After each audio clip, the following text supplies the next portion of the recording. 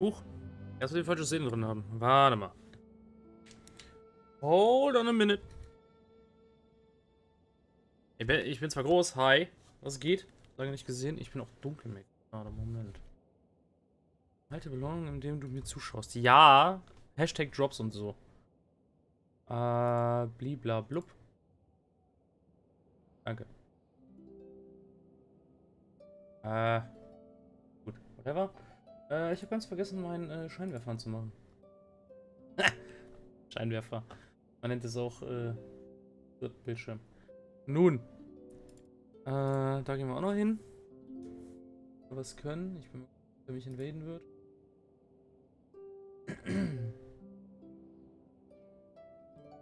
Kai ist da.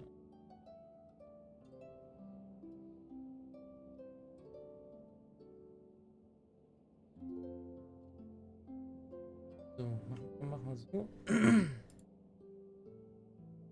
Oh, den Chat offen. Sehr wichtig, sehr richtig. Jetzt sind wir bei Genshin drin. Brauchen wir eine richtige Szene. Lenk. Einmal auf der anderen Seite. Okay. So. Perfekto. So, erstmal meine Raiden wieder hier hinstellen. Gucken. Beziehungsweise, was heißt VOD? Das Replay auf dem Handy. Generiere ich damit Zuschauer? Kind of yes. Juckt es mich? Nein. Wenn die Twitch-App mal funktionieren würde. Spyro, würdest du bitte mal das Handy ermahnen zu funktionieren? Wärst du so lieb?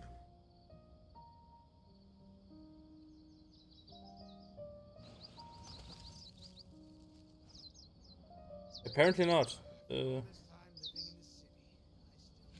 Apparently shit won't work. Apparently shit doesn't want to work.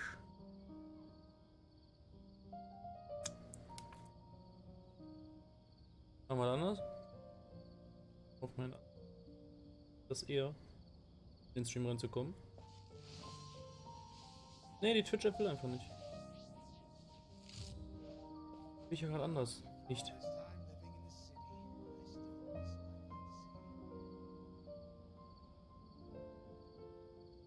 Das nervt mich gerade. Warum geht denn das schon wieder nicht? Komm schon. Krieg dich ein, Internet. Oder App oder was auch immer. Ist ja schlimm. I stand before it, alone and unchanging. Controller da. Hashtag Technical Difficulties und so. Wie war das, ne? Komm schon. Ihr Job. Na gut. Und mein Handy Neustart. Das hilft. Yes. In der Zwischenzeit gucken wir mal. Das Laternen-Event, okay. Steht uns bevor. Werden wir uns natürlich auch noch drum kümmern. Login-Event bin ich schon drin. Probelauf. Ja, machen wir erstmal den Probelauf, ja, der ganze Scheiß hier lübt. Und danach dem Probelauf. Danach gehen wir in. Erstmal will ich mal gucken.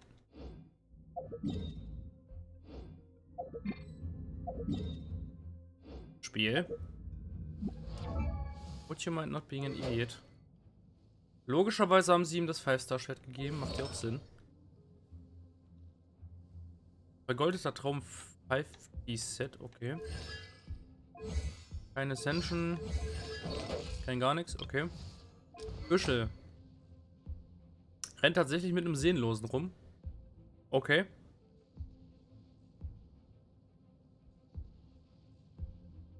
Ja gut, bei Effekt kann ich es verstehen. Eine Mischung aus Verbeugung des Gladiators und Donnernder Zorn. Okay.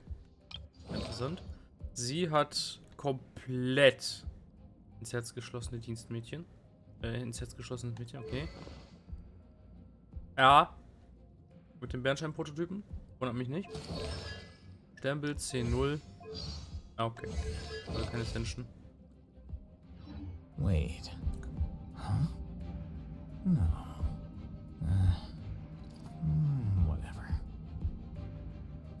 Ich jetzt gerade richtig und der hatte einen Schlüssel von seinem Mitbewohner.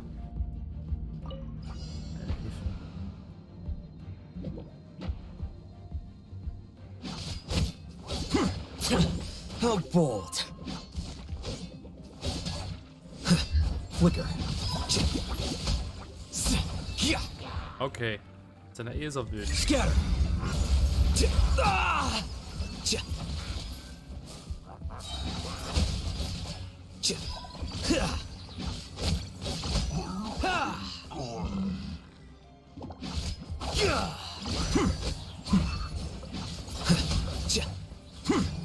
Wollen wir was anderes wie helfen? Nein. A process of elimination.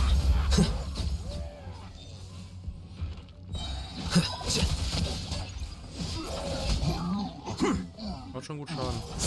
Here you are.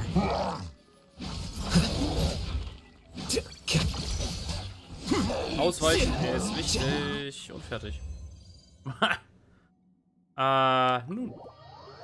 So viel zum Thema helfen.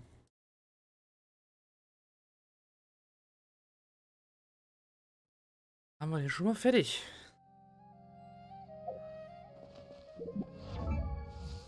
Soll ich jetzt nicht?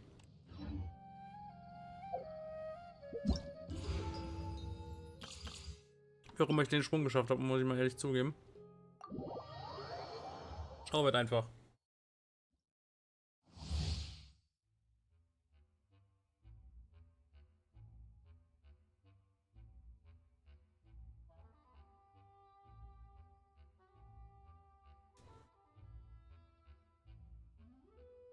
Figurenbeschreibung juckt mich nicht. Ich will nur kämpfen.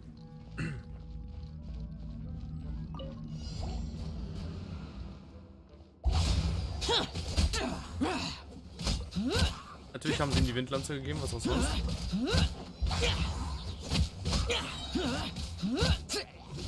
Ah komm. Ja, schau sie hier vor. Die wollen den hier, die wollen den hier und jetzt geht's. Worthless. Here. Worthless. Here. Worthless.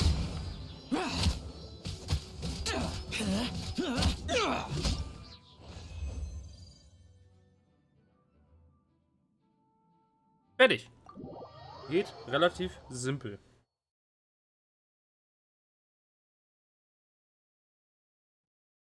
Mit Barbaras seinen HP-Verlust einfach kontern und gut ist.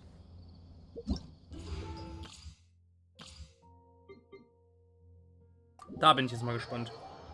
Bei dem kleinen Mädchen mit dem kleinen Zahnstocher.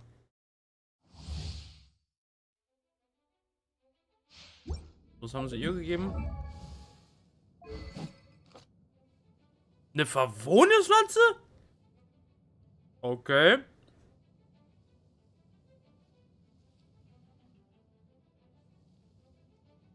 Das finde ich wild.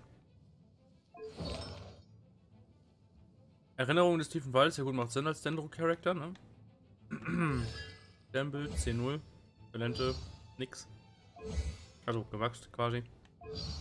Gut. Jungling, lass mich raten. Natürlich. Der Drachenschreck, was auch sonst. Der Klassiker.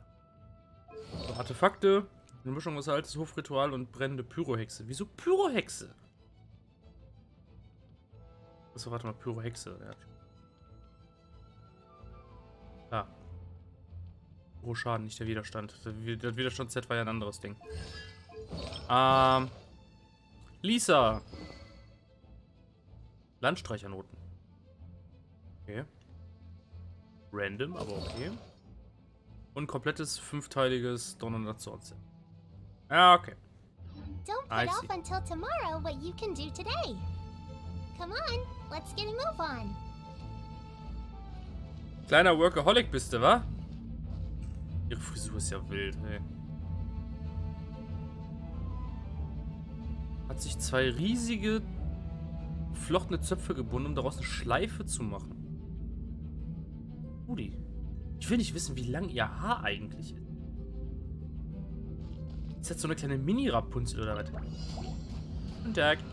You're up. Jetzt das ist keine Klee, das ist eine... Also das Ding ist kein... Also nicht wirklich Klee, das Ding ist eher hier, Ember. Go get him, you Gray! Yeah! Oh! Oh! Yeah! Boah, guck mal, wie niedlich! Sie ist so klein wie ein Samatschel! Oh my fucking goodness! Wenn Samatschel größer ist wie du, dann weißt du, du bist klein. Surrender and be. You Gray, you're up!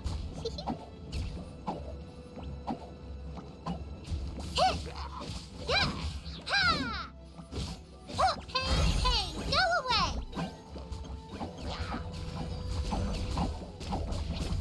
Im Endeffekt, ihre Ulti ist, mehrere von ihrer E-Zünden auf einmal. I mean, why not? Let's spark things. So viel dazu. Das war's auch schon. Herausforderung verlassen.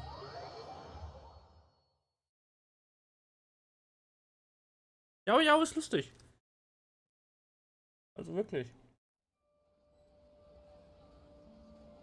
Wollte ich doch nicht hin, aber okay. So.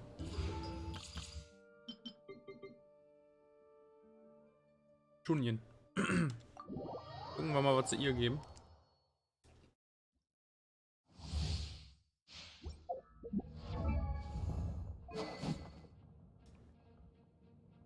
Will ich gar nicht.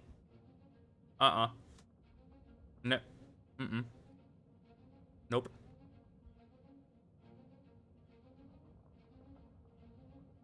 Also designtechnisch will ich nicht. Aber gut, ich weiß, worauf sie hinaus wollen. Artefakte, komplettes Schale der üppigen Träume-Set. Okay.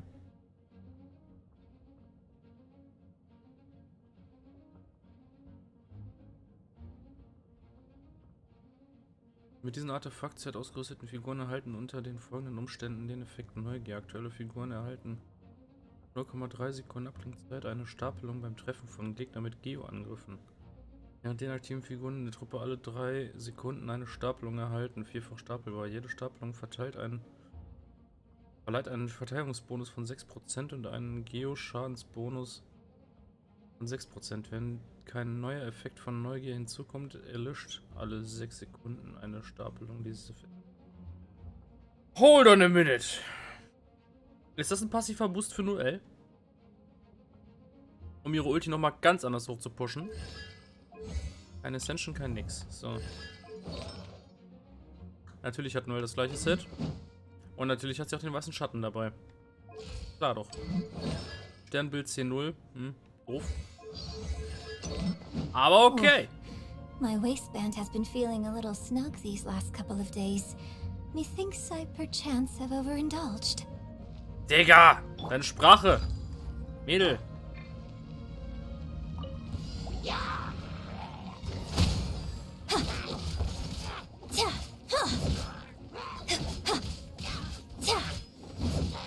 Ich finde die Moves jetzt sehr wild. Man merkt halt richtig, dass sie so diesen edleren Stil hat, ne? Diesen kunstvolleren Stil. Strike is one.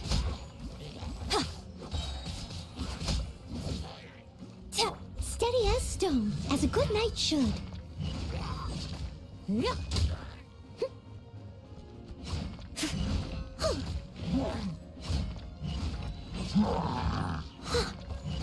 So, ausweichen und mit der Ulti drauf kloppen.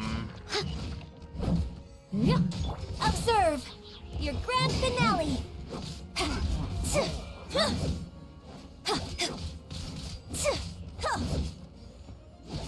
Ali.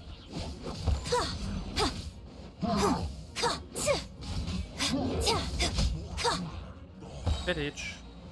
Auch bei den beiden nur ein bisschen sehr lange hier As a das Thema. dutiful maid would.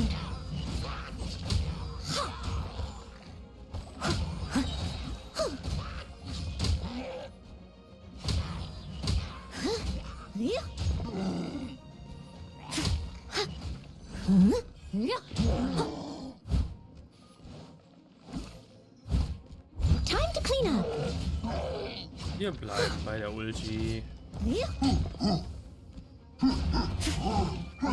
Klapp um, danke. Jetzt läuft. Verlassen.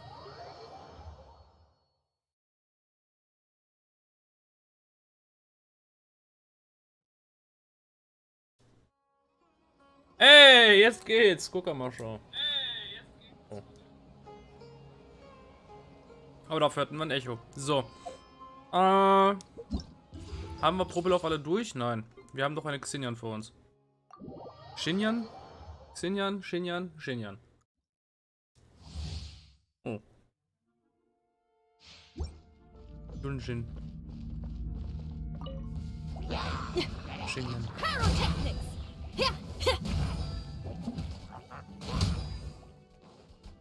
Okay, sie haben mir auch die Waffe gegeben. Jetzt geht sie auch auf Verteidigung. Oder ist sie eher so ein Tanky?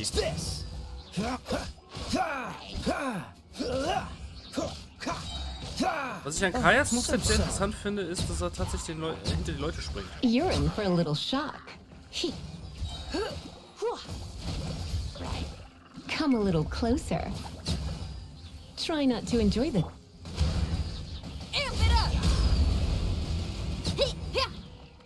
I wanna rock and roll all night. Party every day. I wanna rock and roll all night. Party every day. Pack deine Schotze weg. Danke. Du genauso.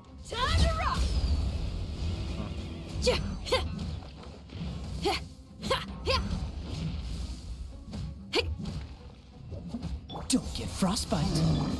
Surrender and I'll be gentle. Oh, da war er schon tot. Das war ein bisschen zu viel Überreaktion. Egal. Fertig. Probelauf durchgezogen. Und da jetzt auch mein Replay hier funktioniert.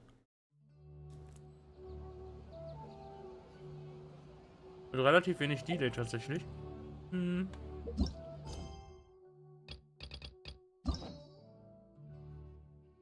Nee.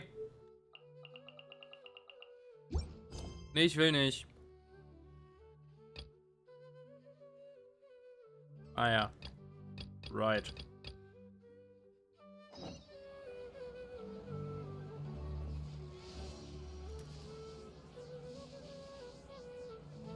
Eigentlich wollte ich letztes Jahr mal die Dings durchziehen. Die Sidequest. Aber ich fand ein Quest be like, nö. Nee, ist nicht Ingo, den krall ich mir jetzt. Ein bisschen doof, aber egal. So. Dann gehen wir noch mal zu Azuma und besuchen Xavier.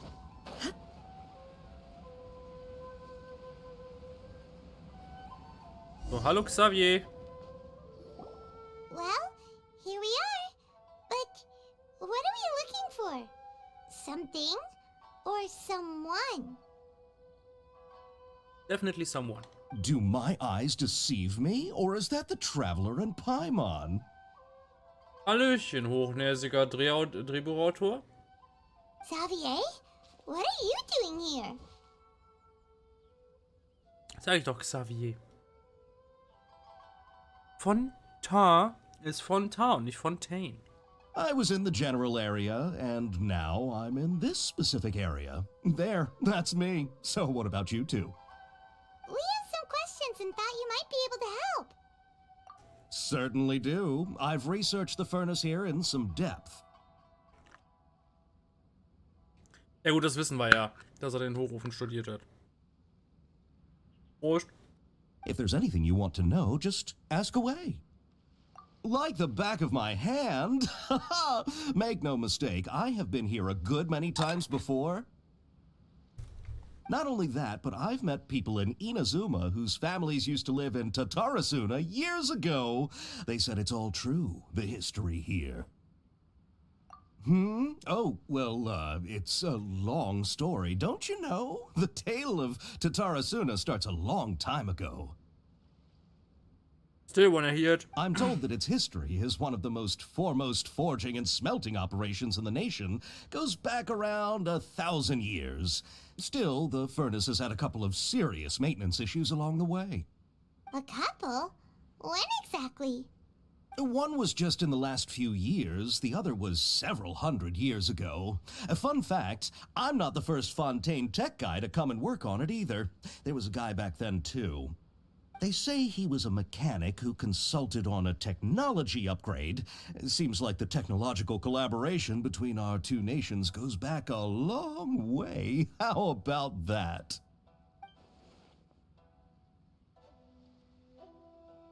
Das war der Doktor, ja.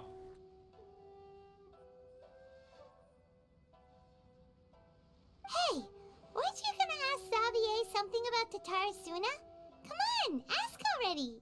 Oh, I didn't realize you two were here for a history lesson. Ja, doch, sind Me wir. neither. Paimon doesn't know what's gotten into this one today. Feels like we've been preparing for a history exam or something. What brought this on? Did you just wake up today with a sudden burning desire for historical knowledge? Sure, go ahead. A kabuki mono? No, I can't say that I have. I do know the word, Inazuman for those eccentric types who always go around dressed to the nines. Just the sort of person that I'd like to meet, actually. But sadly, I've never had the pleasure, nor have I come across anything to do with a kabuki mono where Tatarasuna is concerned.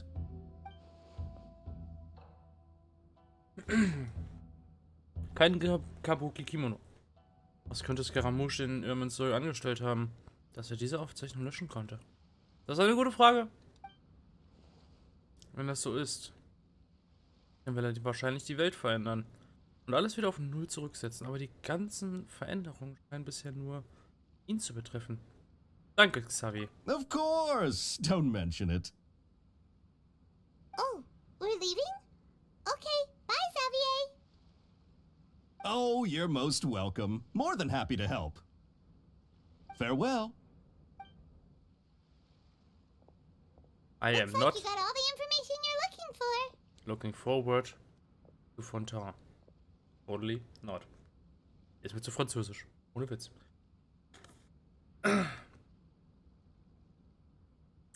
Auf zurück zur niederen Herrin Kusanali. Nein.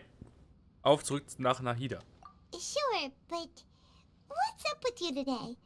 Whatever it is, it seems like it's really troubling you. Keep your smile, Spinal Crocodile. No matter what happens, Paimon will always be there for you. Come on, you gotta keep it together. Why don't you grab something to eat? You can't go facing life's challenges on an empty stomach. Das gilt vielleicht für dich. Alright, let's head off and go meet Nahida. Danke, Paimon, dass du den richtigen Namen nimmst.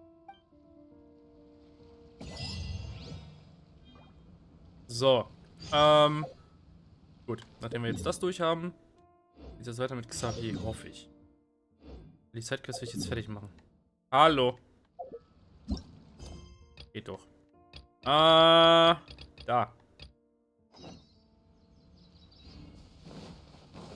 Oh Gott, das wird wieder so viel Gelese. Egal. Wo müssen wir diesmal hin? Warte, was?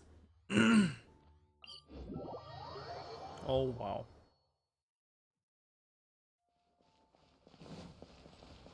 It's a wild one.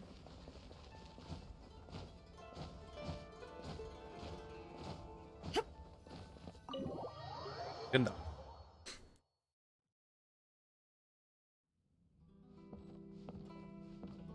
Harumaru, hallo. Uff.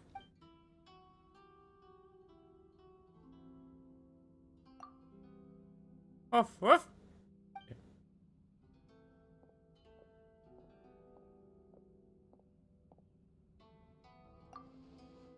Uff.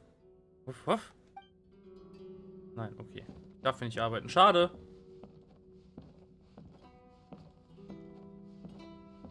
Und wir dachten halt... Guten Tag, Krabbe. Na, was geht? Alles klärchen. So. Und wir dachten schon, der Katzenschwanz sei weird. Und dann haben wir ganz vergessen, dass es noch dieses Café hier gibt. Wo man bedient wird durch einen Hund. Schwierig. Das freut mich zu hören, dass alles gut ist. So.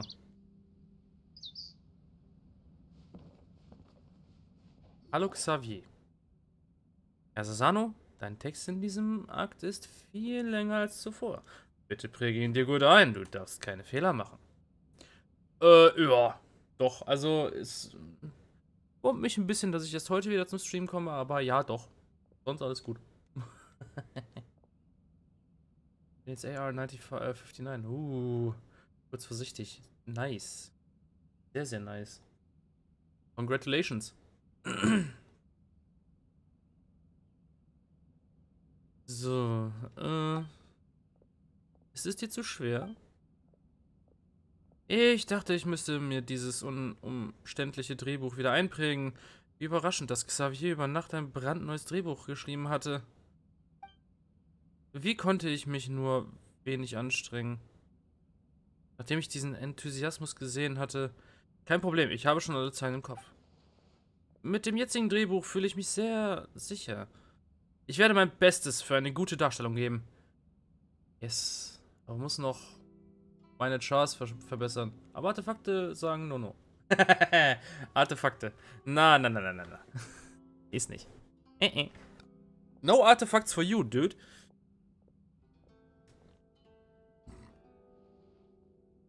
So, darauf erstmal weiter Smoothie trinken. Wenn man es kann.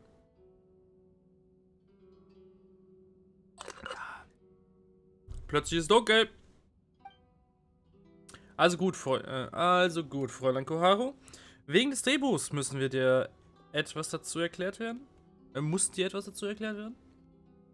Besten auf jeden 22% Crit-Schaden und 10% Crit-Treffer. Ja, natürlich. Übertreib halt. Diese Szene musst du mit voller Emotion spielen. Ich hoffe, du kannst das pfiffige Themenmädchen authentisch rüberbringen.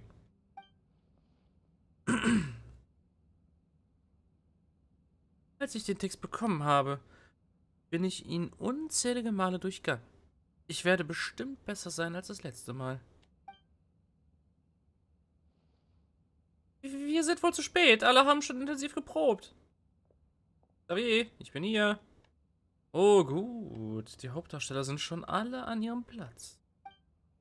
Wie gestern abgesprochen, habe ich ein neues Drehbuch dabei. Willst du es sehen?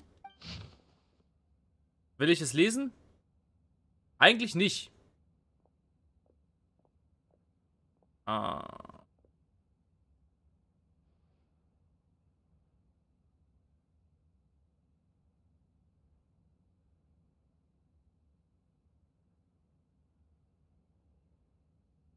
Ich will es wirklich nicht lesen.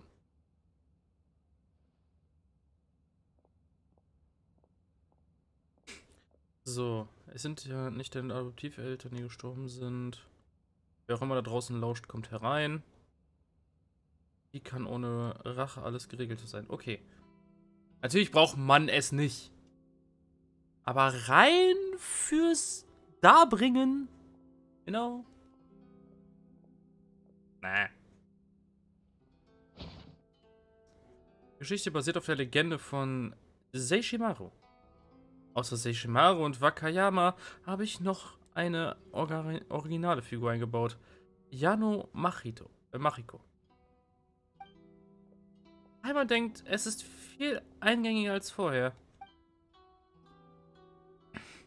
Wenn genügend Zeit ist, können wir noch eine Menge Details einbringen, aber mit meinem derzeitigen Können ist es schon eine Herausforderung für mich, es auf die Bühne zu bringen. Gut, jetzt ist genug geschwatzt, es ist Zeit, professionell zu sein. Herr Sasano und Fräulein Koharu sind schon bereit. Als Kulisse für den ersten Akt habe ich mich für die Teestube Komura entschieden. Geschichte ohne Voice immer skippen bei mir. Ja, kann ich verstehen. Aber da ich ein bisschen so die Story dokumentieren möchte, auch so, deswegen streame ich ja überhaupt alles, was ich in Genshin mache, erfordert manchmal ein bisschen sehr viel Effort. So Dailies und so. Komplett ignoriert. Sidequests, mach mal lieber. Ich habe mir einen Drop verdient. Bei mir selber Mora verdient, läuft. So, Komura entschieden. Herr Thoma hat bereits Kontakt zum Inhaber der Teestube hergestellt. Glücklicherweise können wir ein Separé in der Teestube mieten. Ein Separé in der Teestube mieten. Mann. Jetzt fehlt nur noch die Hauptrolle. Und das bist du. Sobald du bereit bist, können wir loslegen. Du kannst zuerst das Drehbuch durchgehen. Keine Eile. Die wichtigen Zeilen habe ich markiert. Nimm dir Zeit. Solltest du die falsche Zeile... Übersetzungen. Solltest du die falsche... Jetzt kann ich nicht mehr reden. Dicker. Solltest du die falsche Zeile sprechen, können wir eine neue Aufnahme machen, um die perfekte Wirkung zu erzielen. Wird schon.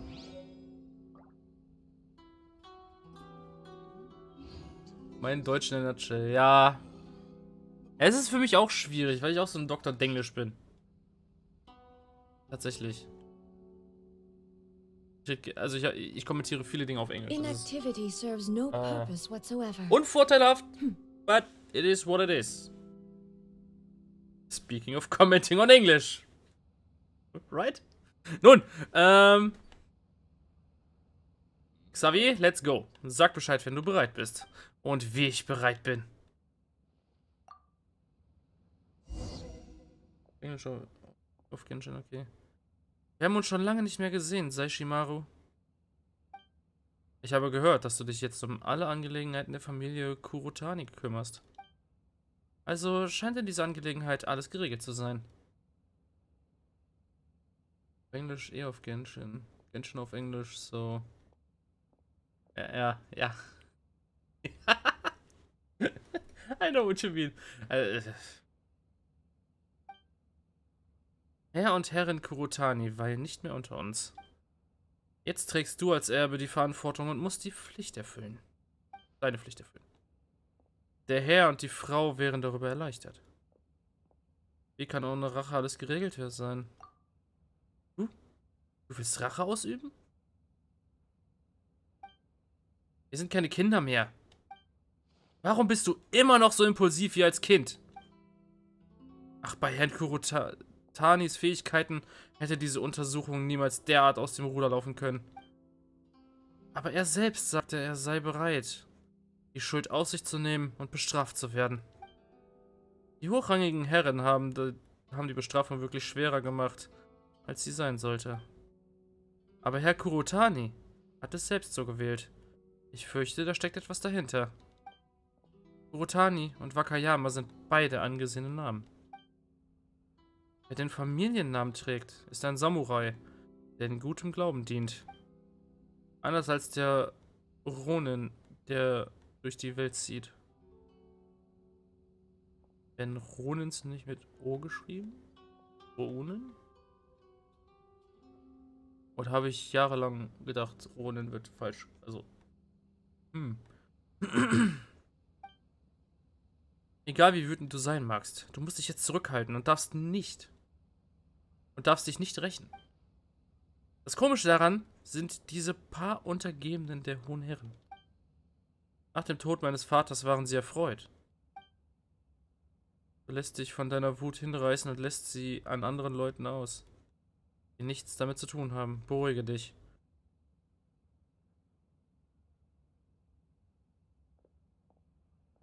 Okay, die Antworten sind, gehen beide Schreibweisen. Wie beim Shogun. Oh, okay, I see. Danke der Info. Wer auch immer da draußen ist, nimm mich! Und das ist ein jugendlichen Spiel. Let's think about that one again, okay? Zeiten sind zu lang, verzeih mir. Wer auch immer da draußen lauscht, komm herein. Wer bist du? Wer hat dich geschickt, uns zu belauschen? Verehrte Samurai, ich bin eine Teeverkäuferin namens Machiko. Ich wollte nicht absichtlich lauschen. Seishimaru hat mir gestern das Leben gerettet, aber er wollte weder Reis noch Geld. Ich hatte keine bösen Absichten. Ich wollte nur mich bei ihm revanchieren und dann wieder Tee verkaufen. Du, vergiss es. Du bist nur ein Mädchen, das Tee verkauft. Es ist normal, dass du keine Manieren kennst. Seishimarus Nachname ist Kurotani, also... Achso, Gott. Das ist wieder er. Seishimarus Nachname ist Kurotani, also nennst du ihn von nun an Herrn Kurotani. Ich halte das für eine gute Sache. Die Familie Kurotani braucht jetzt Leute. Auf Tee zu verkaufen und schließ dich Herrn Kurotani an. Ich möchte ihn nicht Herrn Kurotani nennen. Seishimaru klingt besser. Solange ich genug zu essen bekomme, schließe ich mich Seishimaru an. Wie ihr wollt. Seishimaru, nach dem Tod von Herrn Kurotani, du bist jetzt Herr des Hauses Kurotani. Mach keine Dummheiten. Wenn du deiner Natur freien Lauf lässt. Auf jeden Fall ist es wichtig, dass der Familie immer dass der Familienname... Bro! Was ist denn heute falsch mit mir? Auf jeden Fall ist es wichtig, dass der Familienname immer weitergegeben wird. Es sind ja nicht deine Adoptiveltern, die gestorben sind. Du musst ja auch nicht diese ganzen Zeiten auswendig lernen. Du musst ja auch nicht mit leerem Magen spielen. Okay, die Antworten sind jetzt nicht so geil, aber die sind schon relativ witzig. Es sind ja nicht deine Adoptiveltern, die gestorben sind. Du Strohkopf. Warum hörst du nicht zu? Ich frage dich. Willst du wirklich deine Familie gefährden und die Waffe gegen die Untergebenen der hohen Herren wenden? Den Herren beschmutzen und Unglück über das Haus bringen? Gut, sehr gut. Es sieht so aus, als ob niemand in Frieden leben wird, bevor sich dein Zorn aufgelöst hat. Meine mühsame Meine mühsamen Ermahnungen haben nichts bewirkt. Ich sage dir die Wahrheit. Ich, Wakayama Kaisuke, bin seit dem Tod meines Vorgängers das Oberhaupt der Wakayama-Familie. Es war mein Vorgänger, der die Hinrichtung des Herrn Kurotani vollzog, als dieser den Tod suchte. Ich bin mir der Schande meines Vorgängers gegenüber der Kurotani-Familie bewusst. Wir waren gut befreundet. Obwohl die Hinrichtung eine offizielle Angelegenheit war, möchte ich mich so gut wie möglich um eure Familie kümmern.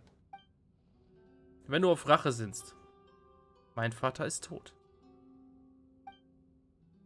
Die Schuld des Vaters hat der Sohn zu begleichen, also komm und räche dich an mir, wenn du es wagst. Was zögerst du? Weil wir Freunde sind? Ist das alles, wozu dein Wille reicht? Du bist nicht bereit, deinen Liebsten den Rücken zu kehren?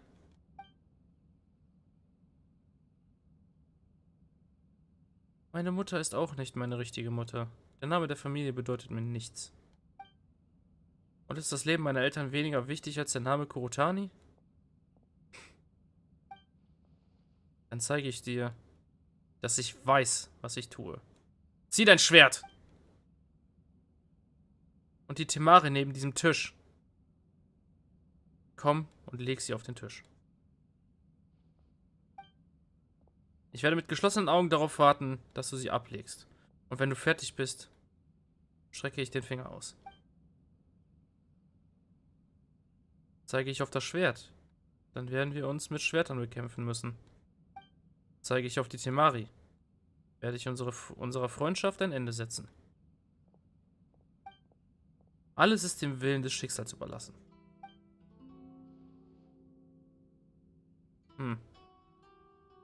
In Ordnung.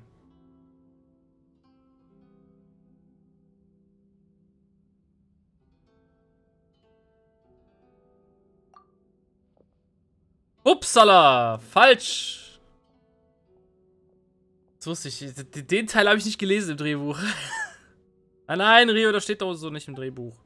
Ich denke, du solltest dir das Drehbuch noch einmal anschauen. Achte auf die Stellen, die ich markiert habe. Wenn du soweit bist, fangen wir von vorne an. Nein! Jetzt will ich nicht alles neu machen. Oh, fuck. Okay. Sag Bescheid, wenn du bereit bist. Ja, bin ich. Jetzt lasse ich das einfach durchlaufen. Fuck. Erstmal nebenher. Kann ich nicht lesen.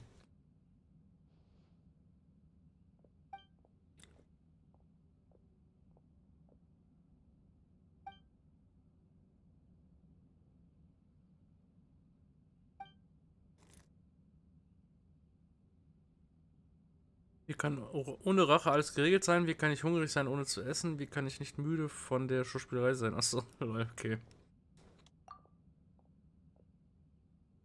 Und wie ich Rache üben will.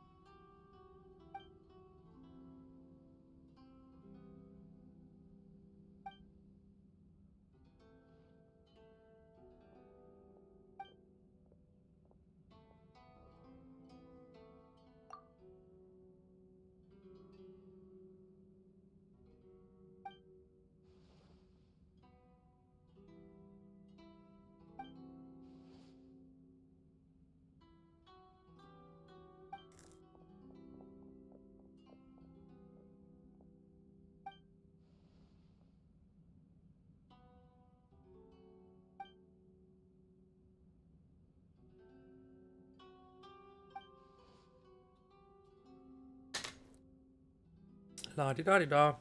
Durchlaufen lassen.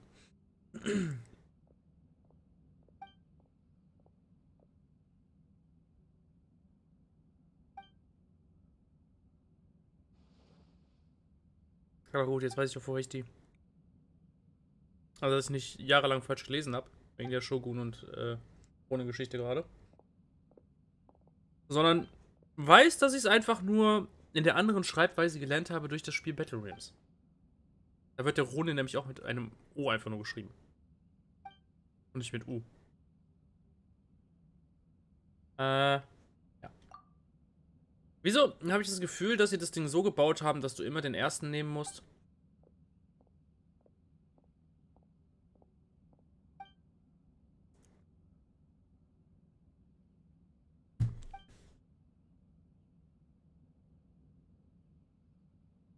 Ehrlich gesagt macht das die Sache ein bisschen sehr langweilig. Aber gut, so kann man durchspammen. Einfach durchspammen den Aal.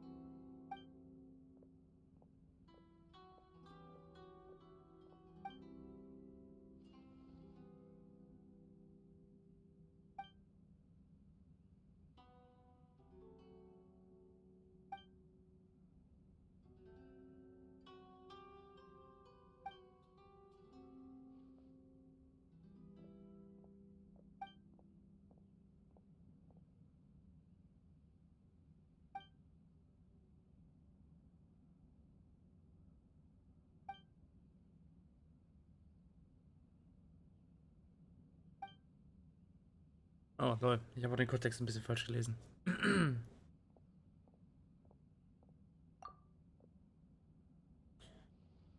Es scheint mein Schicksal zu sein, mich an dir zu rächen.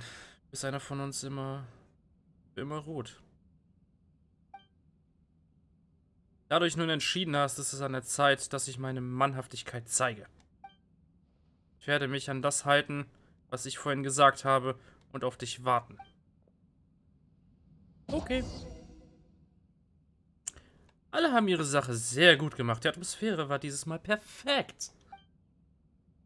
Herrn Sasanos Vorstellung war voller Energie und hat den Charme von Wakayama Kaisuke gut rübergebracht. Herr Xavier, etwas wundert mich. Darf ich fragen? Klar. Die Machiko gerade war ganz schwungvoll und pfiffig. Genau wie ich sie mir vorgestellt hatte. Wakayama Kaisuke möchte sich Seishimaru... Nein, was? Wakayama Kaisuke möchte, dass sich Seishimaru an ihm rächt. Aber eigentlich will er ihn beruhigen, oder? Da er gute Absichten hegt, sollte er dann nicht etwas sanftmütiger sprechen? Die jetzigen Zeilen klingen etwas brutal. Ich hatte auch überlegt, ob ich Kaisuke etwas sanfter und freundlicher darstellen soll, aber ich habe mich schließlich für diese kalte Art entschieden. Aber du hast recht. Diese Geschichte kann auch anders verlaufen. Soll ich etwas ändern? Xavier, das Drehbuch ist schon ziemlich... Herr Xavier, du darfst nicht an dir zweifeln. Ich habe gefragt, weil ich auch nicht verstehe, warum das Drehbuch so geschrieben ist. Ich fühle, dass du ein sehr kreatives Talent bist. Bitte bleib bei deinem Plan. Fräulein Koharu, danke für die Worte. Lasst mich mit diesem Schwung weitermachen. Ich möchte die nächste Szene der Geschichte am Natsuchi-Strand drehen. In Anbetracht der Lichtsituation draußen sollten wir am Abend aufnehmen. Bereitet euch vor, wir nehmen die nächste Szene am Abend auf. Am Natsuchi-Strand am Abend. Okay, kriegen wir hin. So, Natsuchi-Strand war... Fujo-Feldlage, da. So, und jetzt soll ich warten bis abends. Bis wann abends? 18 bis 20 Uhr. Okay. Gehen wir hin. Hoppala, das war zu weit. Er war gar nicht mal so lange hin. Geht jetzt aber, dass ich länger warten muss. So, das Ziel ist da hinten. Da steht ein Kairagi. Und 2 Neuronen.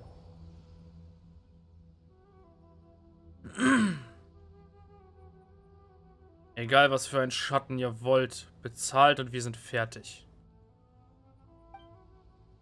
Ihr braucht uns nur bezahlen, dann könnt ihr hier euren Schatten filmen. Tanaka, Quatsch nicht. Ob sie nach der Bezahlung Schatten filmen können, hängt von der Laune von Hifumi ab. Freunde, ich habe alles bei der Yashiro-Verwaltung angemeldet. Die Aufnahmen erfolgen vollständig im Einklang mit den örtlichen Regeln von Inazuma. Wenn ihr wollt, könnt ihr alle mitmachen. Wir brauchen tatsächlich noch einige Statisten für die nächste Aufnahme. Gehst du eigentlich eher auf Damage oder bist du Lore-Player? Tatsächlich eher Lore-Player, wenn man es so betrachten will. Mich juckt der Schaden nicht, solange er mich durch die Story bringt. Oder die Events. Oder die Level-Up Dungeons.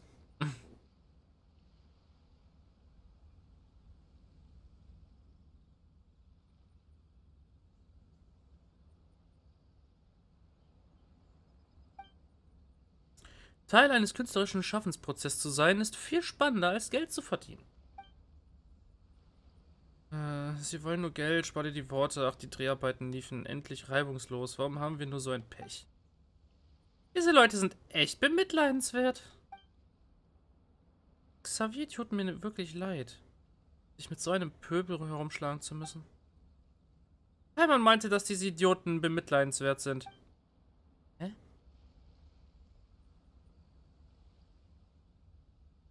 Bitte, helft uns beim Dreh. Was sagst du da, Blondchen? Suchst du Ärger? Du hast es nicht anders gewollt. No, my sword! Rise. There is no escape! Now you shall perish!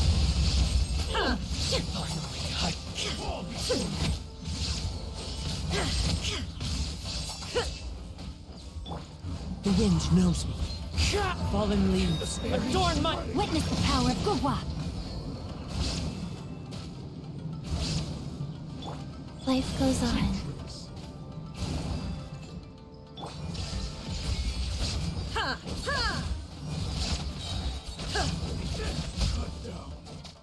Gut, wir machen einen Film, Blondshop. Meister, Herr, schlagt euch nicht. Nun, einmal ein bisschen auf die Nase geben und schon sind sie zahm wie Schoßhündchen. Komisch. Und ja, now you shall perish, aber sowas von.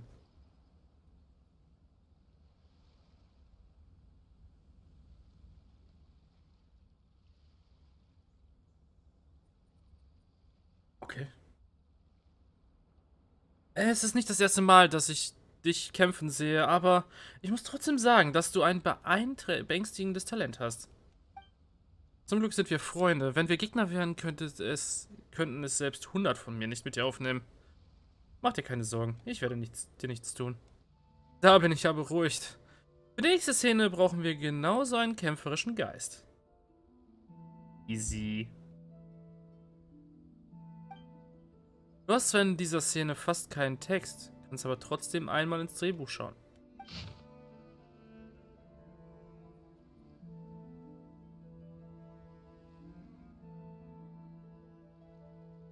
Check nach links.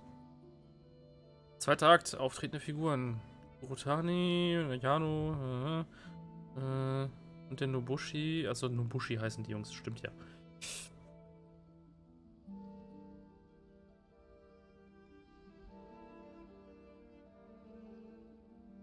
Ich hab gesagt, du sollst den Geldbeutel rausrücken.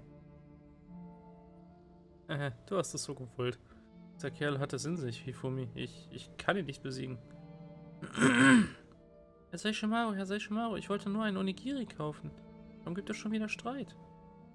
Wenn es etwas gibt, lass es mich tun und leg dich nicht mit jemandem an. Hab Erbarmen, guter Samurai. Wir wollen dein Geld nicht mehr, bitte vergib uns. I'm totally looking forward to this one. Wenn du bereit bist, fangen wir an. Oh, und wie ich bereit bin, denen sowas von den Arsch zu treten, Alter. Wenn du bereit bist, fangen wir an. Oh, und wie ich bereit bin. My lucky day. Let me try my blade. That hurt. Oh. Na, kommt näher, Jungs. Time to go. Na komm. One with nature.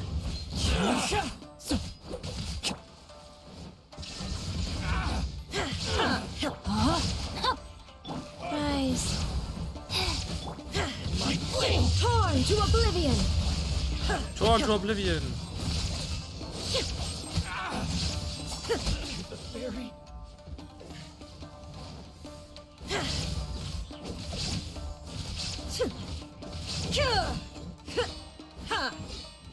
Wind Strider. Yeah, no, my sword. Rain cutter. Life goes on.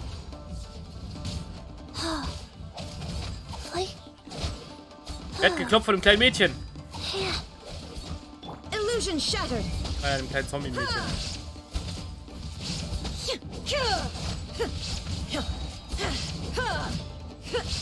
Now you shall perish. Shine down. Tot. Raiden, Beste. Punkt. Sehr schön. Die Zeilen der neuen Darsteller kamen sehr natürlich rüber. Und es gab keine Versprecher. Weil sie auch ernsthaft auf die Fresse bekommen haben.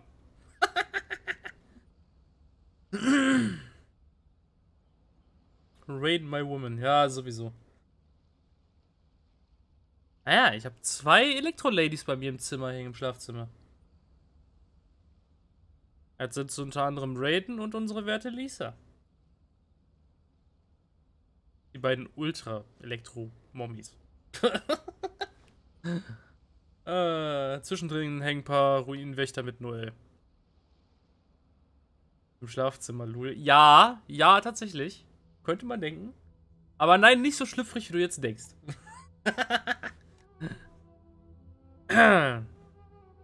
Sehr schön. Die Zeilen der neuen Darsteller. Achso, ja, stimmt, die haben ja aufs Mal bekommen. Hä? Warum sind sie plötzlich auf und davon? Ich habe ihnen extra ein paar zusätzliche Zeilen gegeben und nachdem ich sie um ihre Zustimmung gebeten habe, sind die Namen ihrer Rollen jetzt sogar ihre richtigen Namen. Kümmere dich nicht um diese Streithammel. Wenn Rio nicht wäre, hätten wir gar nicht weiterreden können. Kleinigkeit. Aber denk dir nichts dabei. Rio, du bist zu beneiden. Ich habe Rain und Miko im Zimmer, aber nur als Zeichnungen. Oh, okay. Ja gut, bei mir sind es auch quasi 2 Zeichnungen, also 3 Zeichnungen. Es sind halt Displays. Relativ groß. Deine Darstellung in dieser Szene war so anmutig wie zuvor. Wenn du dieses Niveau beibehältst, wird die große Szene kein Problem darstellen.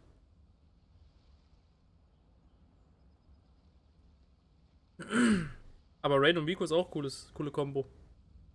Nein, was heißt coole Kombo? Die einzig wahre Kombo, wenn man es genau betrachtet. Ich mag Miko noch nicht.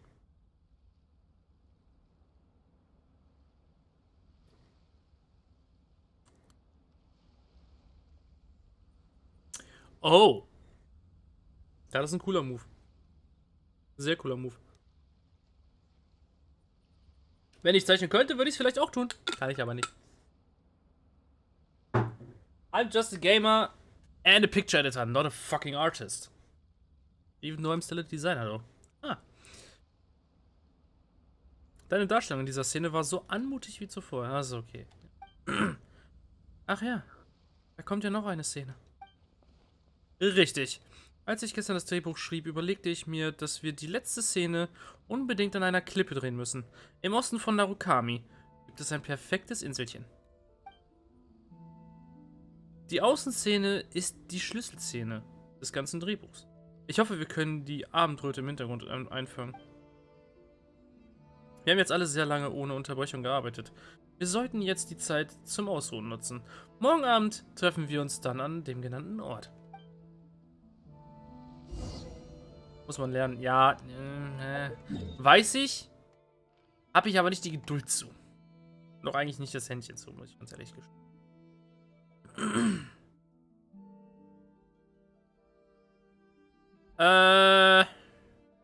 Ja.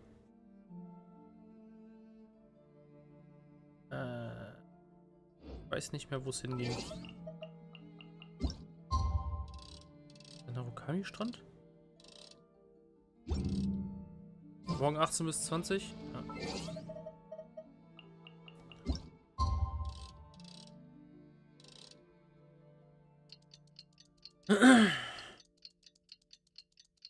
Nee, ist echt nicht meins. Ich hab's mal früher so ein bisschen gemacht mit Autos, aber...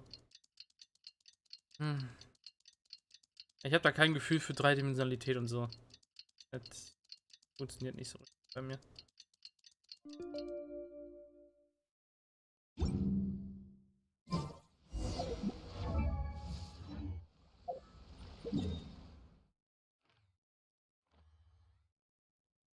Ah, da drüben. Was soll ich denn... Ich hab da eine Idee.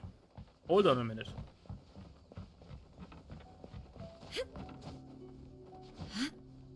Und 2D-Charaktere, ja gut, das kriege ich aber auch nicht hin. Da verkacke ich die Proportionen, die Form.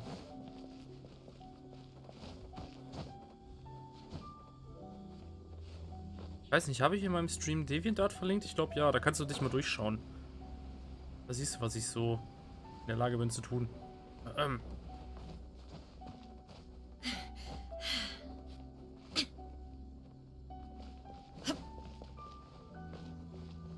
Aha!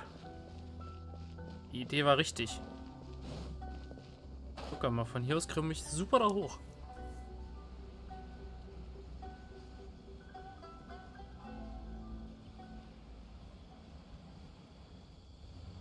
Muss sogar da hoch. Mensch. Der Fort.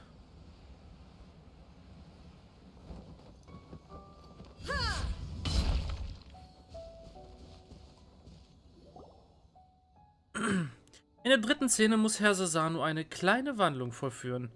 Die neue Figur ist Wakayama Kojuro. Wakayama Keisukes jüngerer Bruder. Herr Sasano ist trotzdem am besten geeignet für diese Rolle. Ich bin mental vorbereitet, wie du es mir vorher schon gesagt hast. Doch Rio muss sich in der Kampfszene etwas zurückhalten. Ach ja, das Drehbuch. Ich hätte fast vergessen, es Rio zu geben. Oh je, meine Gedanken sind zu beschäftigt mit den nächsten Aufnahmen, dass ich vergessen habe, dir das Drehbuch zu geben. Entschuldige bitte. So, bla bli blub blub blub blub blub blub blub blub blub blub blub blub blub blub. Akt 2, Akt 3.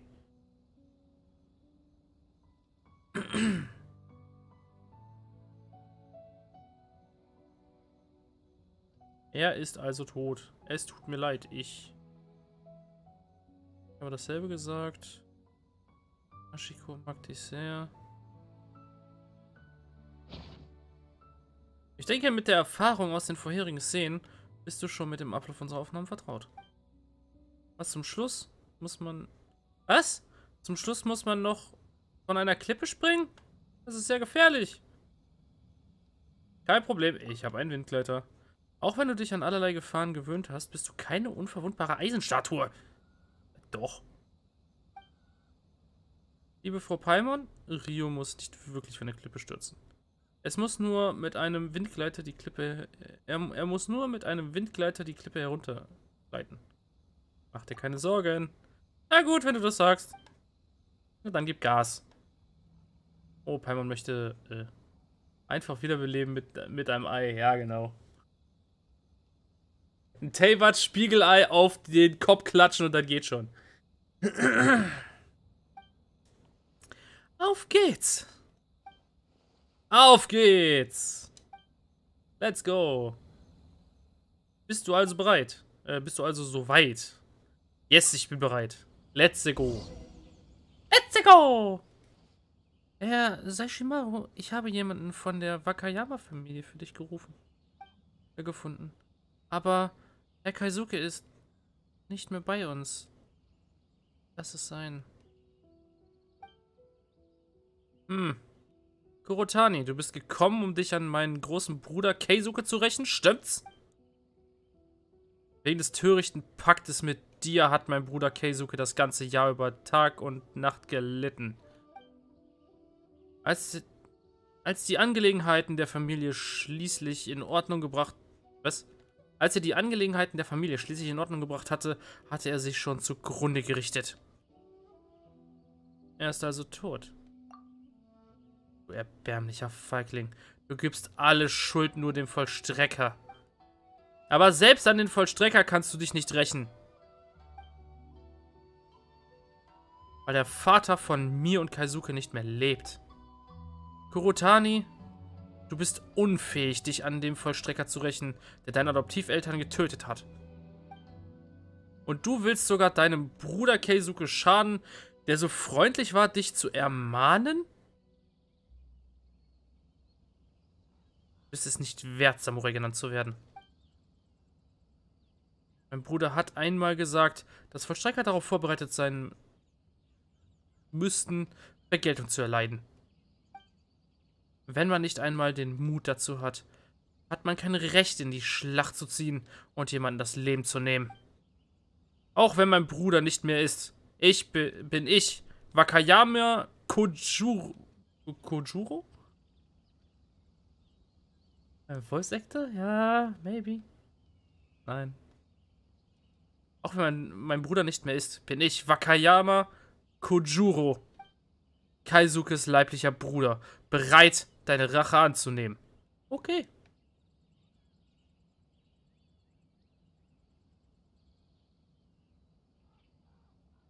Es tut mir leid, Auch wenn du jetzt weglaufen willst, ist es zu spät. Ich werde dir nicht verzeihen, dass mein Bruder vor Erschöpfung gestorben ist. Darfst nicht gehen.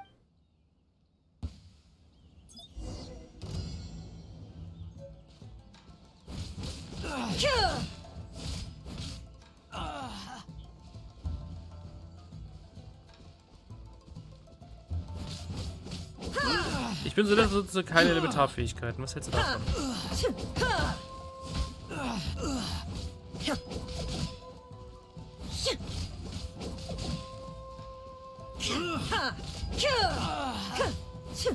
Eigentlich ist das ja ein fairer Kampf. Ich meine, Lanze gegen Lanze? Ich meine, gut, es ist die Göttin Inazumas gegen einen simplen Wachen der Yashiro-Verwaltung, aber...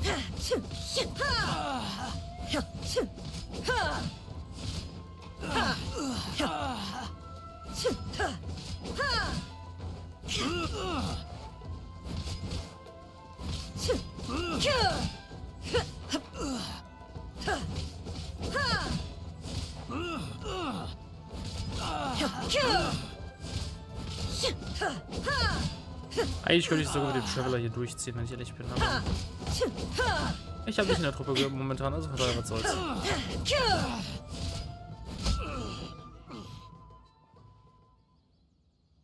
Solange du mich nicht tötest, werde ich mein Leben lang an dir werde ich mich mein Leben lang an dir rächen wollen, bis einer von uns für immer ruht.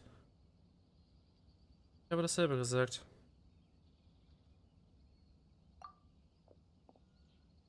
Glücklicherweise wurde niemand getötet.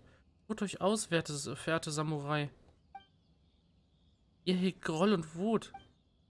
Familie, Rache, das sind doch nur leere Worte. Wie können die so einen Ärger bereiten? Ich, Mariko, bin nur eine Teeverkäuferin. Und solange ich essen und glücklich sein kann, spielt es keine Rolle, ob mein Familienname Yano, Urotani oder Wakayama lautet. Ich bin nicht gut darin, Leute zu überreden. Aber der Regen fällt in den Teich. Die Sonne trocknet den Teich aus und dann regnet es wieder. Und wenn der Regen gefriert, wird er auf dem Herd geschmolzen und wieder zu süßem Tee. Wen interessiert es, ob der Tee, den man am Teestand bekommt, vom Himmel, aus dem Teich oder aus der Kanne kommt? Das passt vielleicht nicht ganz. Was ich eigentlich sagen will ist, verehrte Samurai, hört auf, geht nach Hause und lebt euer Leben.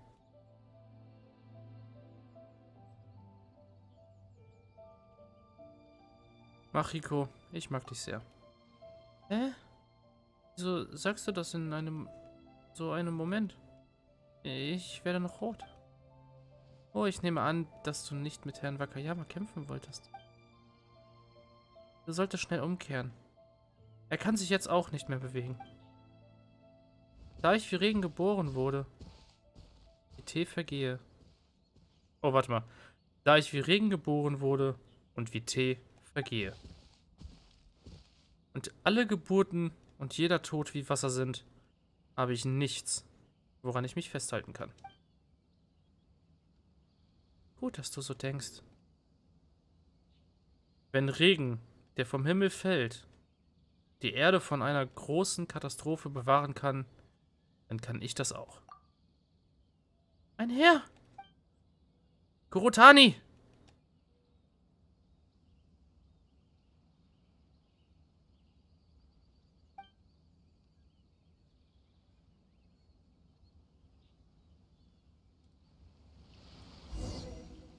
Das war knapp. Danke, dass du so schnell...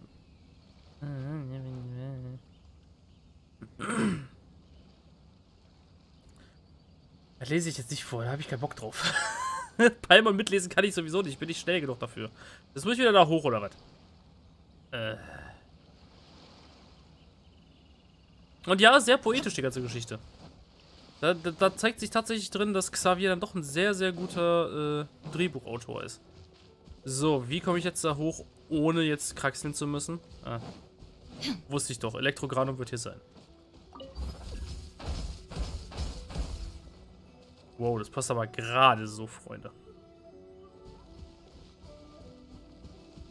Hi ho! Na, was geht? Perfekt! Das ist genau die Geschichte, die ich im Kopf hatte. Rio, Herr Sasano, Fräulein Koharu, eure hingebungsvolle Vorstellung hat mich sehr berührt. Ich danke euch. Übertreibst du nicht? Wunderbar. Wirklich, für mich ist dieses Ende für die Geschichte perfekt. Ich habe immer davon geträumt, einen vollendeten Schwertfilm zu drehen. Und jetzt hat sich dieser Traum erfüllt. Jetzt kann ich dem Leiter der Yashiro-Verwaltung voller Stolz diesen Film präsentieren. Ich bin auch sehr glücklich, dass ich in dieser Produktion mitwirken konnte. Irgendwie kommt mir diese Geschichte bekannt vor. Ich dachte die ganze Zeit, dass ich sie schon einmal irgendwo gehört habe. Hat Fräulein Koharu schon einmal von der Legende von Seishimaru gehört? Ich habe sie kürzlich vom Inhaber der Uyu-Pagode gehört. Meister Okazaki? Ich dachte, ich hätte gehört, dass Seishimarus Familienname Kawasaki oder Shimazaki ist doch. Ach, ich kann mich wirklich nicht erinnern. Egal, egal. Von Volkslegenden gibt es immer verschiedene Versionen. Bei den Legenden von Fontaine und Sumeru ist es genauso. Welche Art von Legende gibt es in Sumeru? Und Fontaine. Also, wenn man lokale Legenden von Sumeru, Fontaine oder sogar Natlan als Grundlage nimmt, was für Geschichten könnte das ergeben? Wenn es die Möglichkeit gibt, wäre es auch eine gute Idee, dort einen Film zu drehen.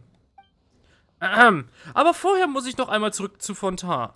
Ich habe gehört, dass einige Kollegen ähnliche Geräte wie die Filmkamera entwickelt haben. Sie haben ihnen verschiedene Namen gegeben, wie Bildübertragungsmaschine oder Filmmaschine.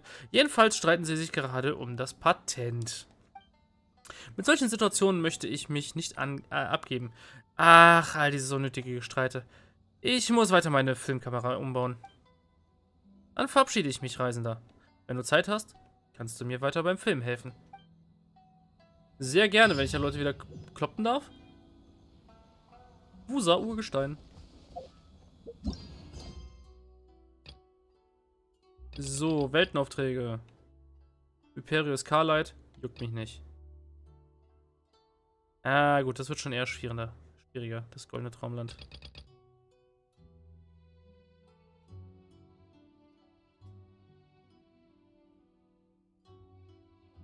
Auf der Suche nach der geheimnisvollen Melodie. Warte mal, wessen Legendenauftrag ist das denn?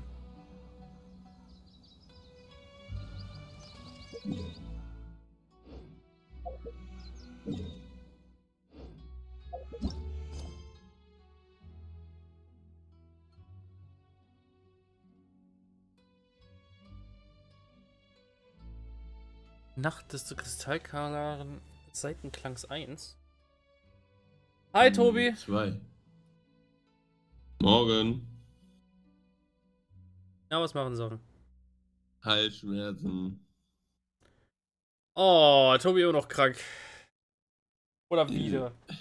Eigentlich wieder. Ich bin ja wieder gesund gewesen, aber jetzt kicken gerade Halsschmerzen aus der anderen vereisten Hölle.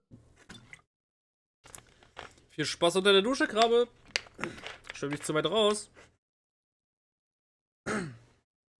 Armes Tobi. Jetzt habe ich mir einen Tee gemacht. Tee ist immer gut. Da hast du recht, ja.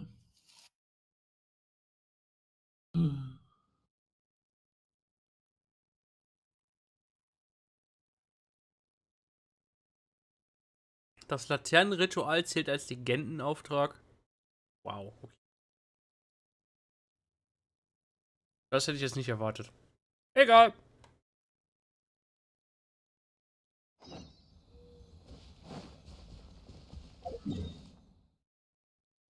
Zeit, den Erschottenauftrag weiterzumachen. Oder fertig zu machen? Fertig zu machen. Und in der Hinsicht zurück nach Inazuma. Sumeru.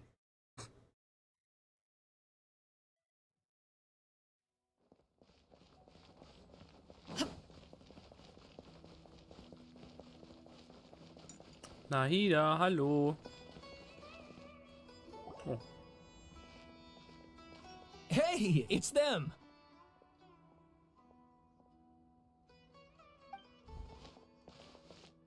Akaba, Sawada, you're still here?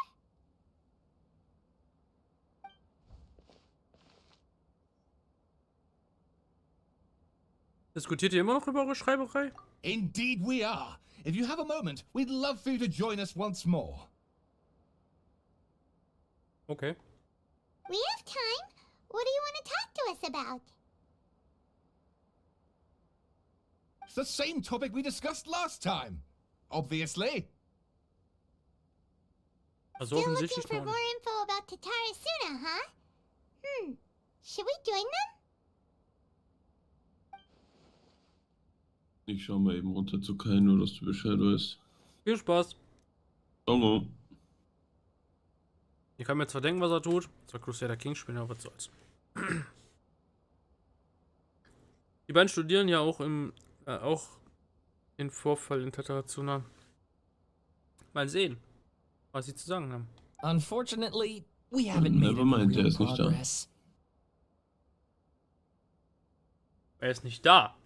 Ja, der ist seit 1 Stunde 40 Minuten untätig. Hm. Das heißt, du hast mich geboren. Ha! Alles gut, ich gehe dir nicht auf den Sack. Du, Also, jetzt lass ich dein Genshin untätig, weitermachen. sagst du. Wenn ich wetten müsste, macht der Crusader Kings. Nee, der ist offline also der ist nicht mal online auf Steam. Ah. Ich schätze Das ist mal. interesting, ja, aber. Doch, er ist online, aber er ist abwesend. Ich schätze mal, der pennt wieder. Ah. Und vergiss dabei vom Teamspeak runterzugehen, ja. Ja, irgendwann wird er halt gemoved, ist ja fein. Mhm. Und wohl.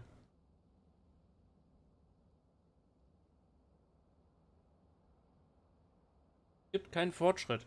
Die Geschichte vom letzten Mal ist ziemlich beeindruckend. Könntest du mir noch einmal zeigen? Oh, of course.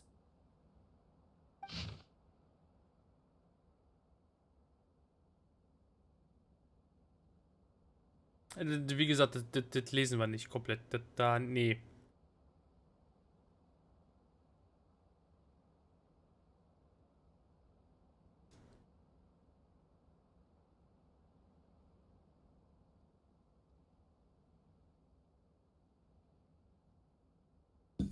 So. Dann auch nicht fertig geschrieben zu sein. Eine steht fest. In dieser Abhandlung wurde viel Sorgfalt investiert. Das I stimmt. presume you'll want to read mine as well. Ja, bitte.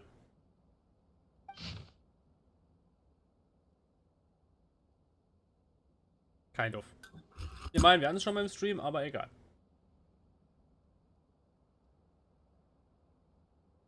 Was hast denn du für einen Tee gerade, Tobi?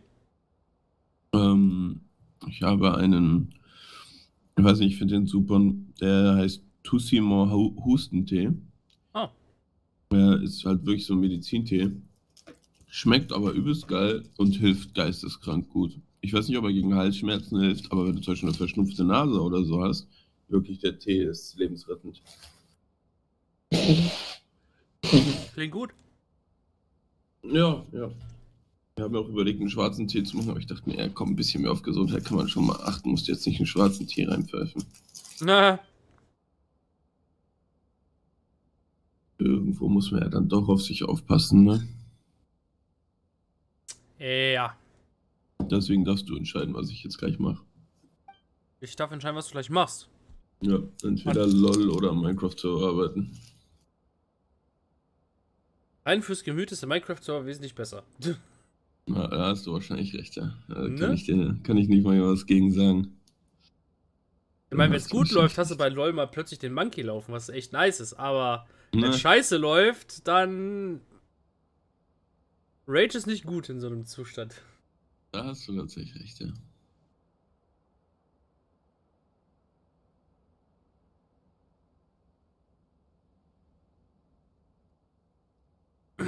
Scaramouche sagte, er wollte diesen Namen löschen. Hat er alles aufgegeben, um seinem Herzen zu folgen, aber... Well, What do you think? Exzellent. Hey, Traveler. Remember how last time Akaba was saying how he wished he could gather more information about all this? Well, we just got back from Inazuma. So how about we tell them what we learned? What did you find out? Something big? Ja, geht. It's a long story. Basically, we have some friends in Inazuma, and... Jetzt reden wir ganz viel über die Story. So many new details. Thank you so much for sharing that with us. Well, well. So it all comes down to one man's desire for revenge. Huh. You heard this from a member of the Amanoma clan, you say? Then I guess it must be true. Ugh. So there's no ghost story here after all. This new information actually lends further credence to my hypothesis.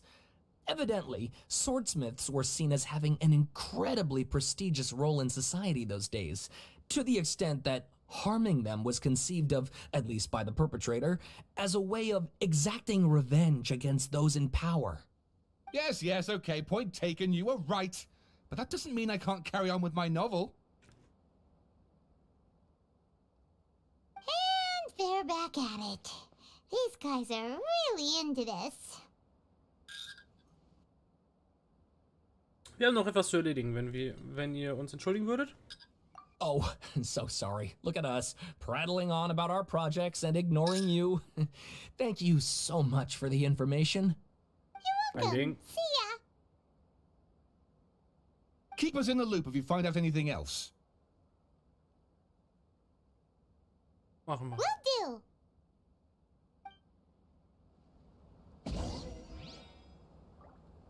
So, da bin ich jetzt mal gespannt. Kommen wir jetzt an den Punkt, wo wir Kenji endlich seinen Namen geben?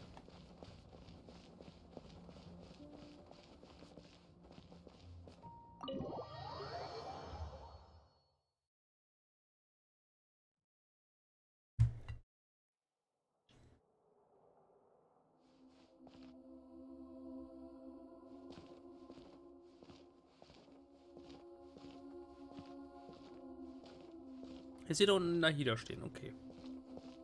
Kein Scaramouche bzw. Wanderer. Na dann.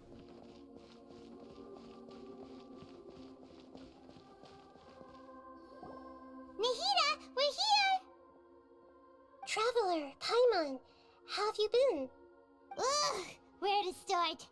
Paimon hasn't had a moment's rest this whole time. That night, we ended up chatting until suddenly the sun was up. And then he decided he wanted to go to Inazuma. Wir sind zurück, um die Sache mit Scaramouche zu untersuchen. The Balladeer? It sounds like some kind of code name. Tatsächlich. You look troubled. Is there something you need to tell me? Selbst Nahida kann sich nicht erinnern. Also ist sie auch von den Änderungen in ihrem Zoll betroffen. Scaramouche muss sehr schnell gehandelt und seine Spuren gelöscht haben, bevor Nahida ihn aufhalten konnte. Dann bin ich also die einzige Person, die sich an die Löschung erinnern kann. Bin wieder der einzige Zeuge. Traveler? Hey, what's wrong? You look so upset. Es sind einige Dinge geschehen, an die nur ich mich erinnern kann. Ich muss euch jetzt die Wahrheit sagen.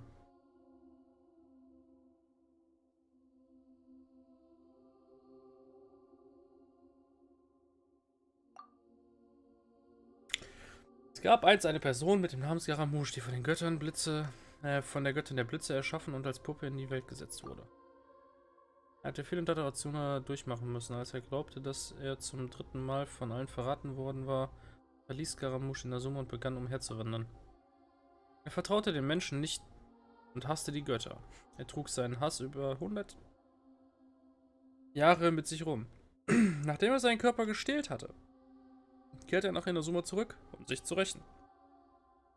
Mit dem göttlichen Herzen versuchte er, den Thron der Gottheit zu besteigen, scheiterte aber im letzten Moment. Später drang er in Irminsul ein, weil die Wahrheit über den Verrat an ihm erfuhr. Der Betrug machte sein ganzes Wesen aus und am Ende unternahm er die wahnsinnigste Tat, um diese Tragödie auszulöschen. That's quite a story. So, this puppet known as the Balladeer erased himself from Irminsul, hoping that he could change the past. But how was he even able to do that? As the traveler said, he very nearly became Sumeru's deity. Admittedly, I remember it a little differently. I don't recall finding anyone inside the machine after we defeated it. Nevertheless, it does make sense. If someone were to successfully erase themselves from Irminsul, the world would change to reflect the new reality. Das ist eine wilde Variante. So, you believe this person really existed, and we just don't remember him because, well, because he literally changed the world? Yes. Theoretically speaking, it is possible to do this. But I'm struggling to imagine the kind of person who would dare go through with it. The traveler comes from a world beyond Tevat. That's why there's no information about him in Irminsul, and it also explains why any changes to Irminsul wouldn't affect him. So if there's anyone in the world capable of retaining memories from a past that has been rewritten, it's you. It's quite incredible when you think about it. Was belastend. Paimon's having a hard time understanding this Balladeer guy's motivations. Why did he do it? I can only make inferences based on the information we've been given. As for what kind of person he was, only you remember that. Naja, wirklich einschätzen kann man Scaramouche nicht wirklich.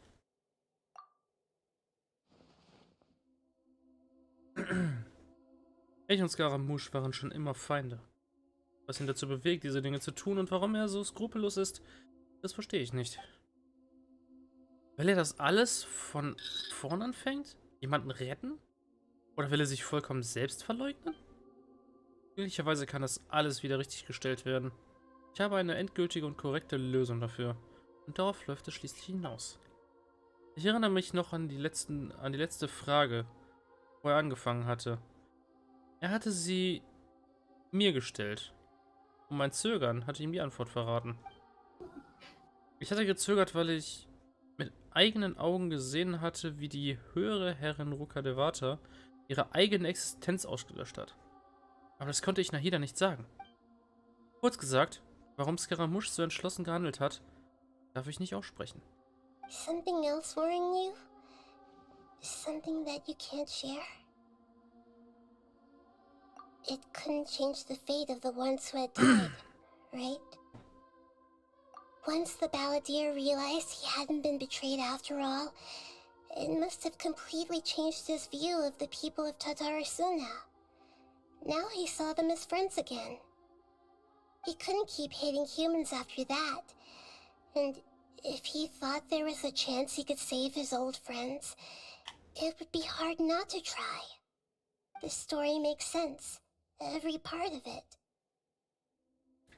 The Balladeer tried to achieve godhood with the doctor's help. He was unsuccessful, but retained the power to connect with Irminsul. Immerhin. That power then enabled him to change what was recorded in Irminsul and erase himself, even though he didn't have much strength left. Yeah, it does make sense, but it still ended in tragedy for his friends. It just feels so hopeless. He gave everything to do this, but it seems like he got nothing in return. Neues Leben vielleicht? Ja. Am Ende wurde dafür sogar die Welt verändert. Verstorbenen haben keine zweite Chance bekommen und für dieses gequälte Leben gab es auch keine Erlösung. Gegen was hat er eigentlich versucht anzukämpfen? Dagegen verraten zu werden? Oder ist die Existenz selbst schon ein Fehler? Please wait a moment. I want to check something.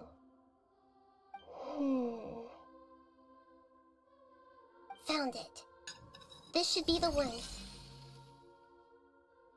It turns out that I have a strange way of confirming everything he has told us.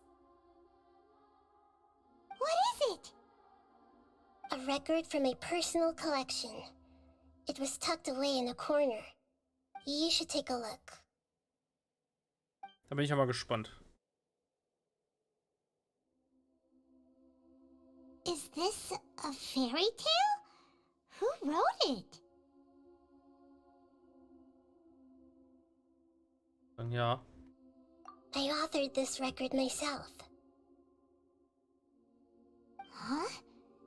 You wrote a fairy tale that somehow has something to do with the balladeer? When combined with the traveler's narrative, it's clear that this story is an allegory. Everything in it is a symbol for something else. Hold on. So this record survived from the past? Yes.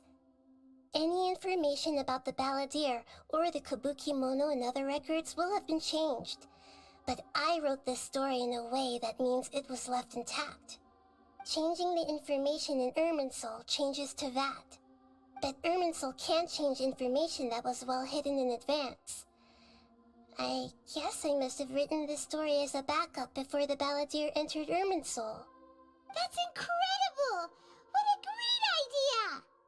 And sending the traveler into Irminsul with the balladeer must have been a further precaution. I knew he'd remember everything. This story is abstract enough that it still resonates with the present information recorded in Irminsul. But if we connect all the different pieces together, the true story that emerges is the one he told us, the now erased life of the balladeer. Die Frage ist immer noch, warum hat er das getan? Und was ist sein Ziel? There was once a lone monster draped in fox fur. The monster found a family of foxes, joined them, and they became friends. The monster lived with the family day and night, and everyone treated it as one of their own.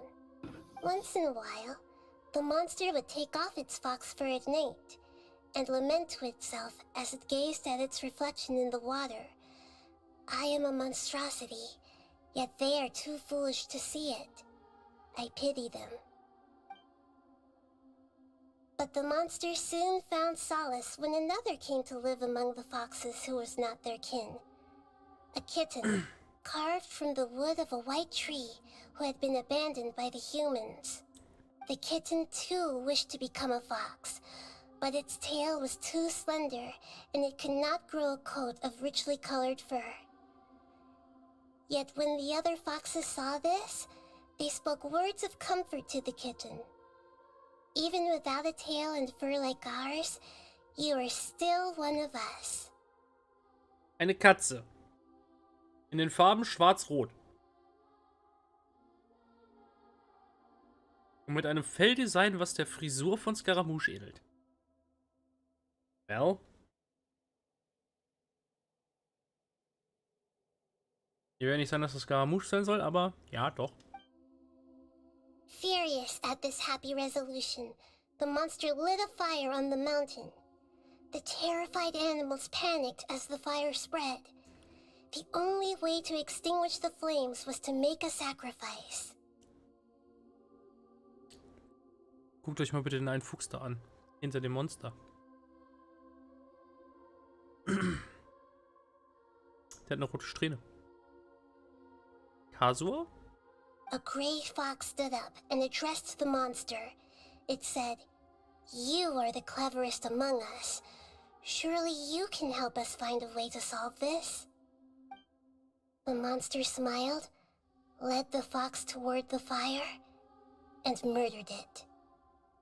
The gray fox's heart was turned into a beautiful drop of water, clear, spotless, and pure. The monster gave the heart of water to the kitten, telling him, "The foxes have decided. You are the one who must be sacrificed. Take this, quench the flames, and die for your fox kin." I see. Jetzt verstehe ich auch so langsam, wer das Monster sein soll. Das Monster ist der Doktor. Also, Il Dottore. The fire was extinguished, but the kitten lived. It left that side of the mountain and found a little bird who had a broken wing.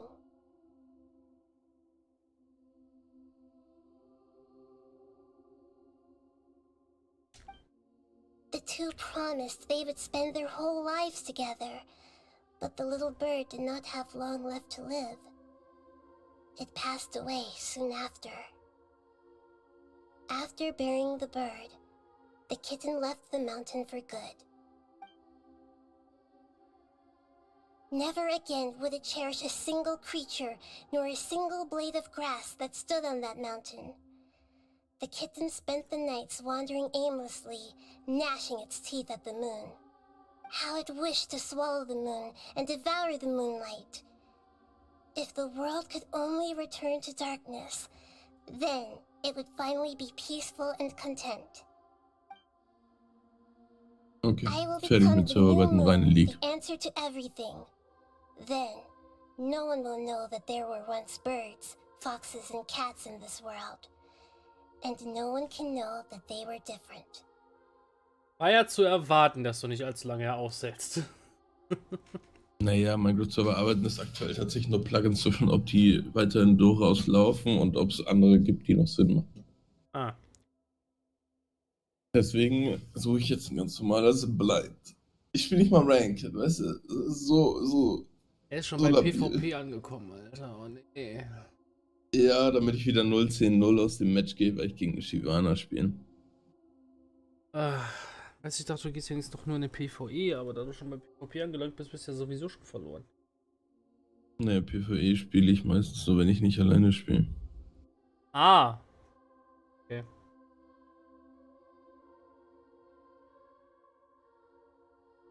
Aber PvP ist doch das größte Rage-Loch überhaupt. Bei League. Ist es auch. Warum tut man sich das dann an? Ach, warte mal. Ja, es ist Tobi. Was erwarte ich? Tobi wants to feel the pain. He needs it. Muss nicht schmecken, muss wirken. Muss wirken. Oh boy. Ja. Auf dass wir ein fieses Elden Ring DLC bekommen, was Tobi dann richtig hops nimmt. Damit er sich wieder freuen kann auf Elden Ring. Alter, ich wurde soeben zur Mitte verbannt. Ja, viel Spaß in der Midlane.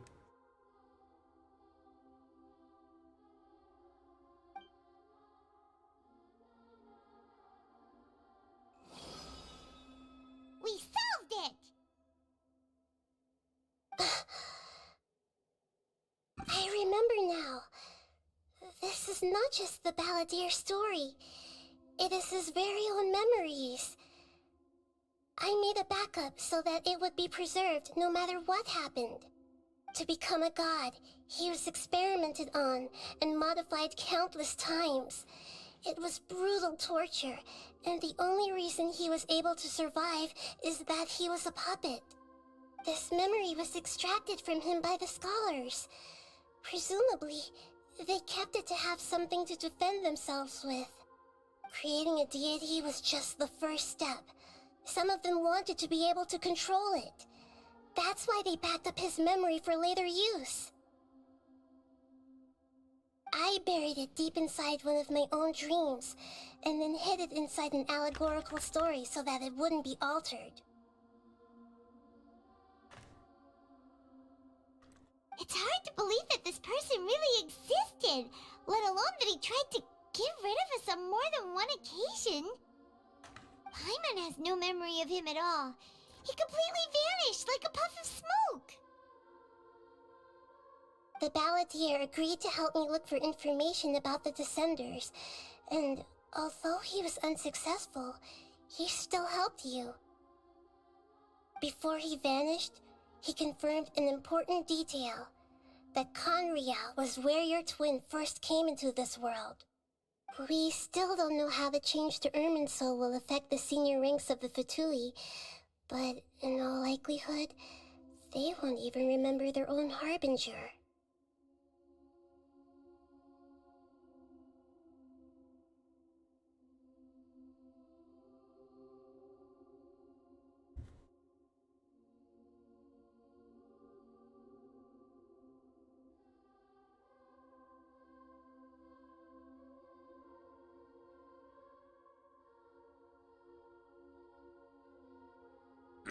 Sehr tiefe Aussage.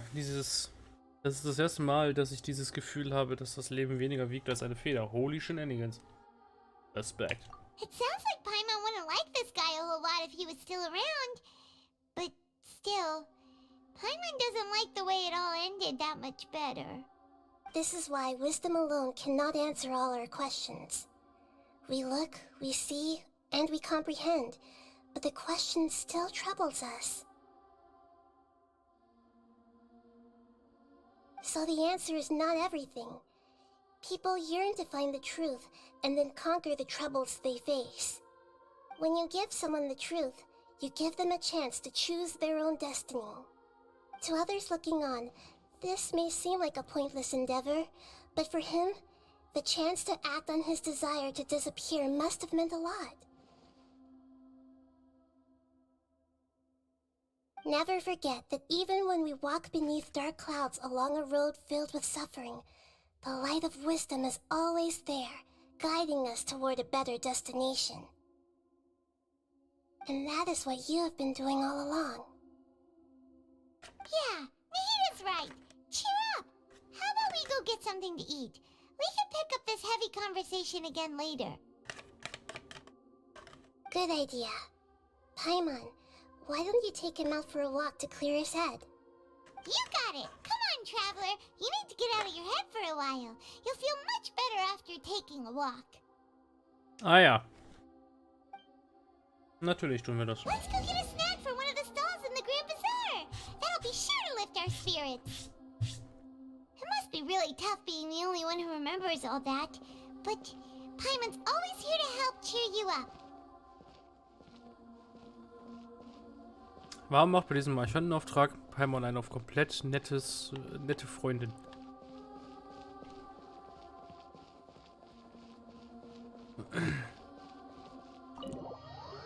Lästig. Erste Saison nach dem Motto, ja, man kann nicht auf hungrigen Magen arbeiten und so weiter und so fort. Jetzt so like, ja, ich bin immer für dich da, wenn du irgendwie komische Gedanken hast. Tralala. Meine Güte.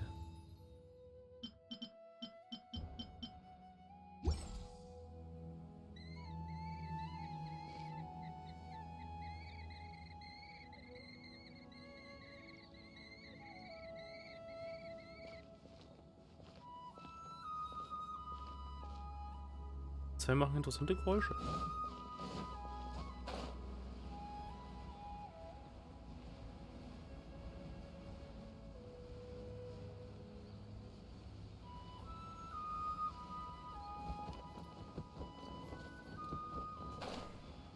Auf nach unten.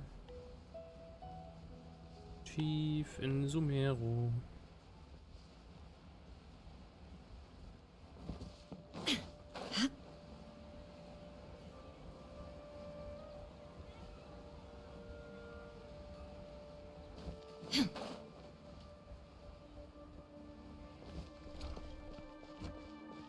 Hoppala.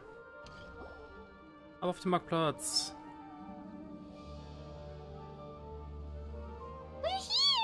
What should we eat first? Hauptsache, wir sind immer noch voll in Gedanken, ey.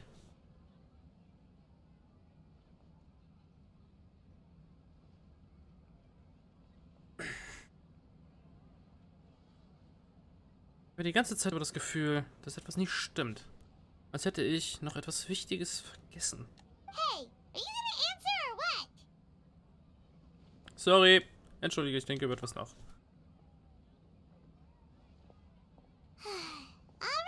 Whatever you want. Well, Paimon will be right here when you figured stuff out. Then we can get something to eat. Ja, verfressenes kleines Fellknäuel. Naja, gut. Fellknäuel nicht wirklich. ist das? Plötzlich verschwanden diese wichtigen Hinweise in meinem Kopf. Beirmen soll. Selbstauslöschung. Höhere Herrin Rukadevata. Verbotenes Wissen. Nahida. What is it? Have you figured it all out?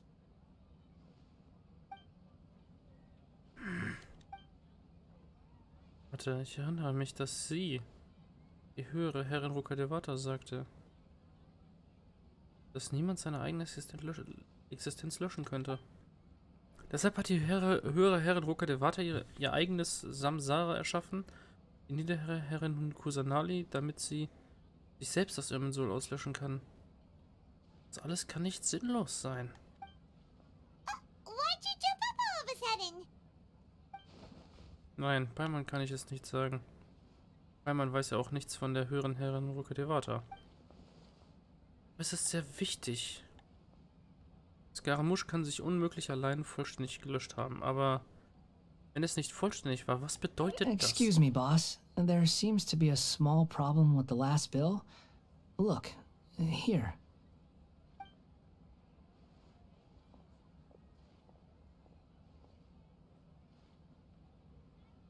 What? Genji! Hey! Hey, wait! You mean me? No, not you. That kid. Didn't you see? Little rascal grabbed my last 2 fresh Sunsettias and ran off. Look, if you're gonna help out here, you can't keep spacing out, okay? What is it? Work's too boring for you? Or has the big city got too many distractions? I wasn't paying close enough attention. Sorry, boss. I think you're right. Maybe it's the city. It's so exciting. It can be hard to focus. Who's that guy? You know him or something? Naja, ja, das ist Scaramouche. He's who? You're Ja. a strange one, kiddo. You say you don't want any money for helping out here, and then when I actually give you some work to do, you keep letting yourself get distracted. I don't want to take advantage, so I'm happy to pay you what I'd pay anyone else. But if you keep acting like this, pretty soon I won't be able to afford to. No, please. I mean it. You don't need to pay me anything. I'm just so thankful you agreed to take on an outsider like me. You're welcome, I guess. But I got bigger things to worry about. Look, we're all out of Sunsettias, and I promised the lady down the street I'd deliver a fruit bowl this evening. Leave it to me. I'll find some more. Just a moment. I'll be right back. Stop. I'm gonna level with you, kiddo. I've never met a worker who said they didn't want a wage before. And at first, I got greedy. Couldn't believe my luck. But I figured you'd start asking for something in return eventually. Hat ein bisschen gedauert. Hattest du etwa noch andere Tätigkeiten zu erledigen? Was? You don't want money. You don't take days off. And in your free time, all I see you do is wander around, taking in the sights. Are you a drifter or something? That's right, I am.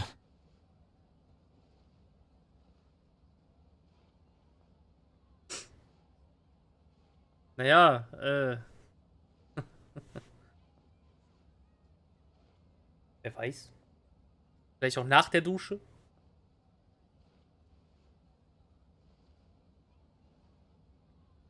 Man weiß es nicht.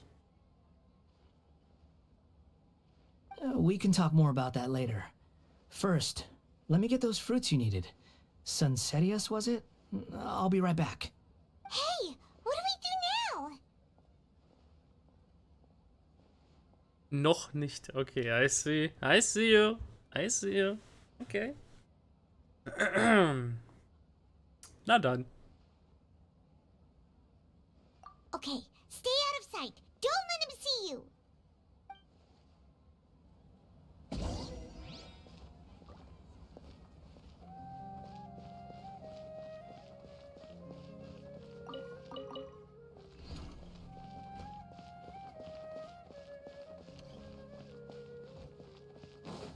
So, Scaramouche bzw. der Wanderer geht jetzt auf eine Dämmerfruchtsuche, ja?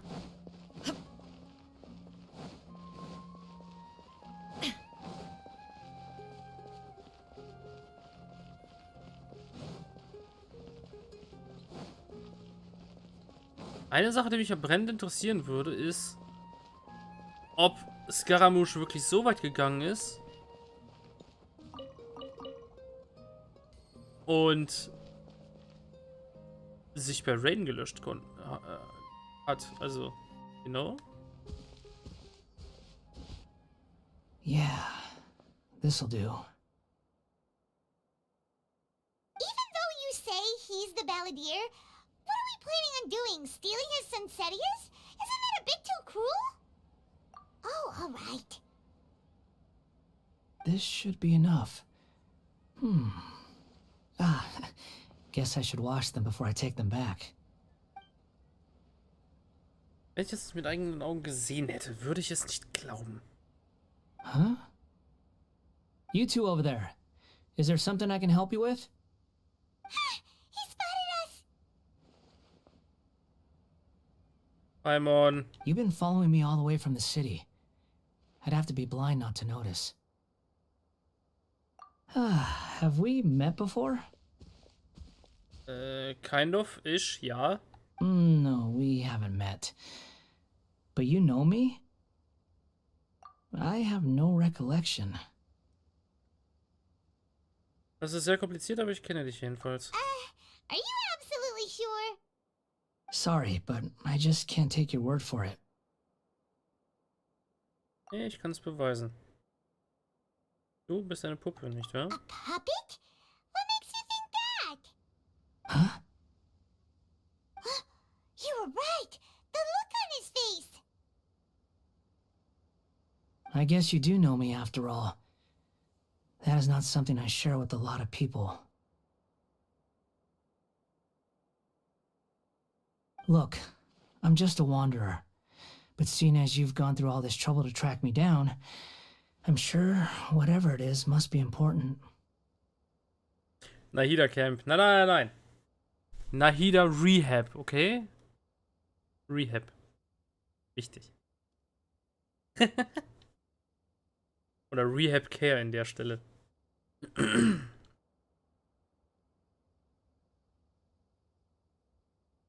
Ich möchte dich an einen bestimmten Ort bringen.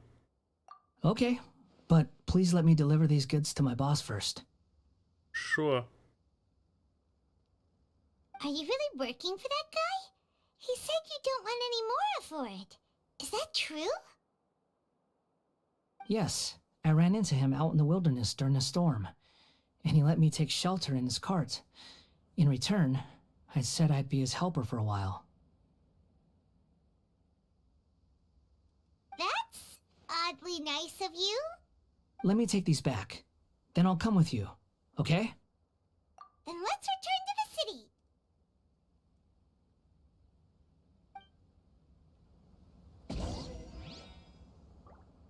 Dieser neue Scaramouche ist sehr interessant.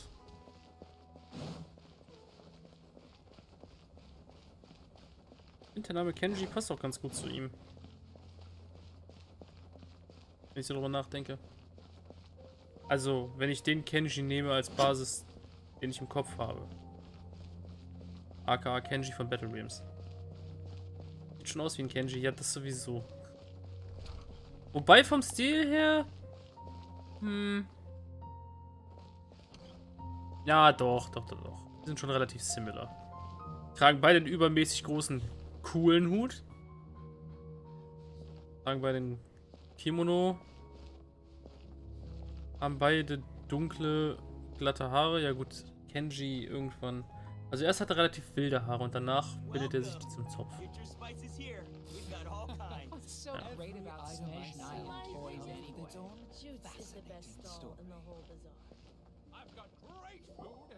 Here you go, boss. I'll leave them right here. Oh, you really went and picked some more. Who are these two? Something's come up, and they need to borrow me. Sorry, boss. I'm afraid I'll be away from the stall for a while.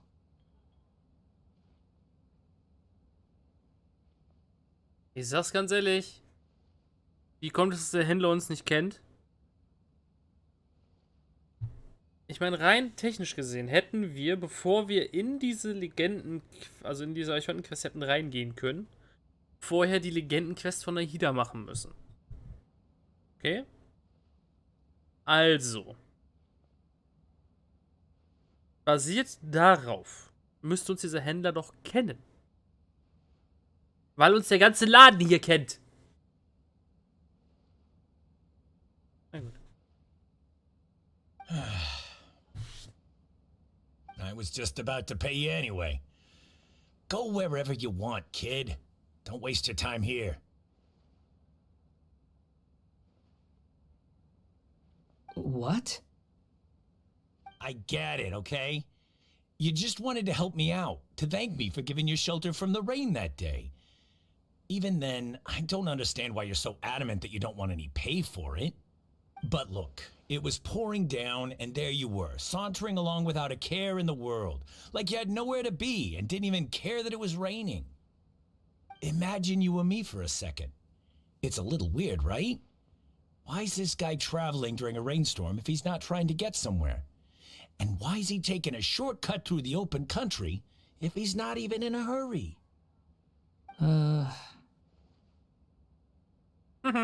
ist jemand verwirrt. But anyway, taking you in didn't put me out even slightly. You don't owe me a thing for it. Certainly not all this. Your time is valuable. You know, you should go live your life. But I don't...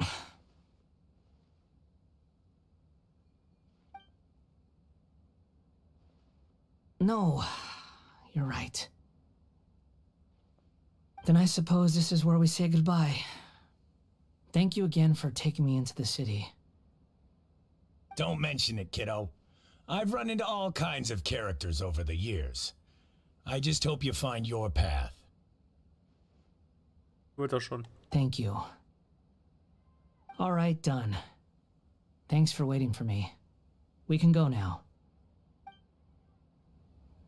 Aber wenn ich allein die Story hier betrachte, ist das nicht der Scaramouche, der gesund gepflegt wurde von Nahida, sondern ein komplett neuer Scaramouche, genauso wie Nahida eine komplett neue Rukkhadevata ist. Ich hätte gerne ihren richtigen Namen gewusst.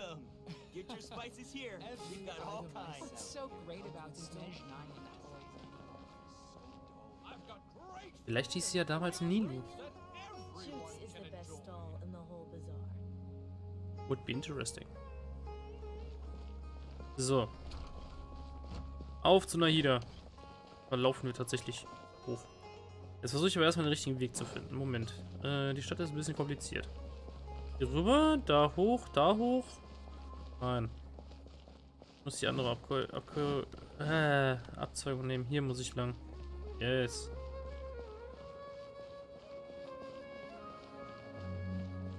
Ich meine, es ist ganz cool, dass diese Stadt so dreidimensional ist, ne? Aber die Orientierung darin ist eine Katastrophe. So, hier hoch, dann sind wir auf dem erhöhten Marktplatz. Noch einen weiter hoch kommen wir bei der Akademie an. Oder beziehungsweise bei dem Vorplatz zur Akademie. Und noch ein bisschen Marktplatz. Dann noch ein weiter hoch, kommen wir dann wirklich an der Akademie an. Beziehungsweise an der großen Brücke zur Akademie. Dann gehen wir in die Akademie rein. Um so früh es geht, hier da links abzubiegen. Und zwar hier. Den Ausgang, den ich nie gesehen habe. Und dann geht's den Baum hoch. Climb the mountain. The tree. Climb the tree, not the mountain.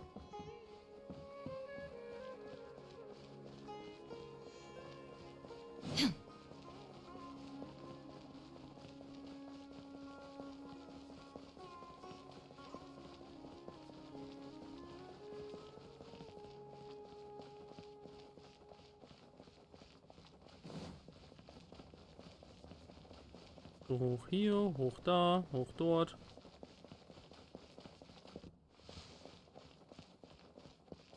Hold on, what? Take them. Die konnte ich übersehen. No need. Wahrscheinlich, weil das nicht der Weg ist, den ich brauche. Oder führt er auch zum Ziel? Führt auch zum Ziel. Baumwege, aber führt zum Ziel. Der andere Weg wäre runter gewesen. Ja, okay. Nun. Und dann jetzt da hoch.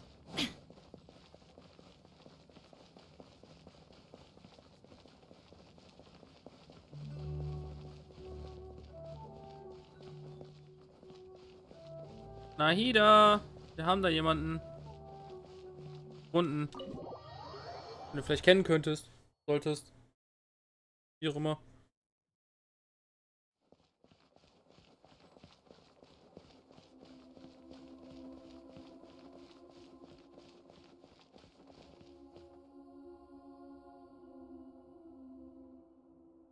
Was guckst du da gerade? Keine Animes gucken, während wir weg sind. What's wrong? Huh? Are you? Hello. I do apologize for the sudden intrusion. We found this guy in the street, but he doesn't seem to remember anything. So, yeah, quite an eventful walk.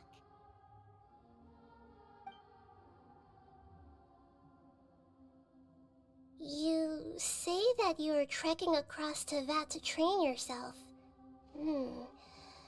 Many other Inazumans who describe themselves in this way call themselves Shugenja. Why do you refer to yourself as a wanderer? Well, it seems more relevant in my case. To me, it sounds like a plant with no roots. Ja gut, das haut irgendwie hin. But these two claim that they know me, and that I have a hidden past unknown even to myself. I wouldn't call it the past, but rather... this is a difficult one to explain. I don't like to rely on using terms like this often, but in your case, it seems that it ought to be called previous incarnation. Ja, haut hin. Genauso wie bei dir, Nahida. Oh, like a past life or something? Yes, something far more distant than the past. So far away that you cannot perceive it. Okay, I have to ask. What was I like in my previous incarnation? Ein sehr böser Mensch. Oh, okay. I see. You want to tell me, but you can't bring yourselves to say it.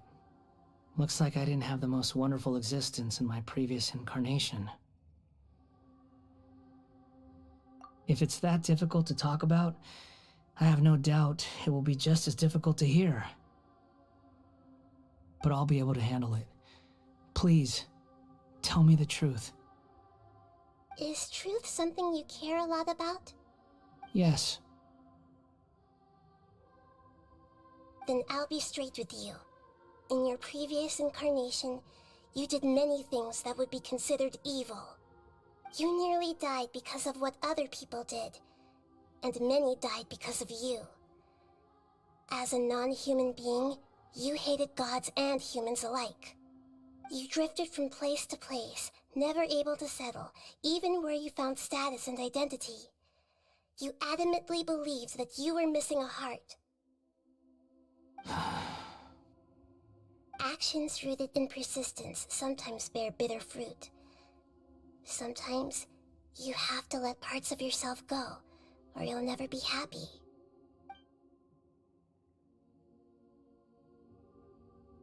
I gave everything I had, but it barely changed history at all. Alles versucht hat, die Geschichte unserer Welt wurde. In terms of the outcome alone, that's true.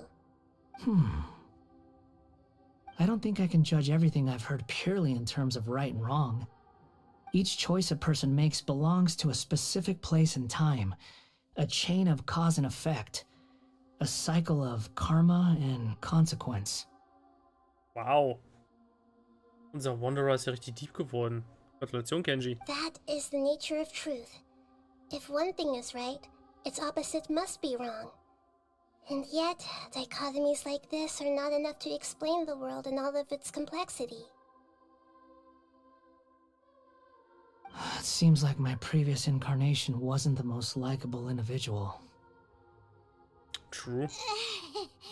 We're not trying to hurt your feelings or anything, but yeah, we weren't your biggest fans. If we were enemies, why are you trying to help me find the truth? Das ist richtig, weil wir dir eine zweite Chance geben wollen. I guess. Also ich würde es tun. Die wette Krabbe würde es auch tun.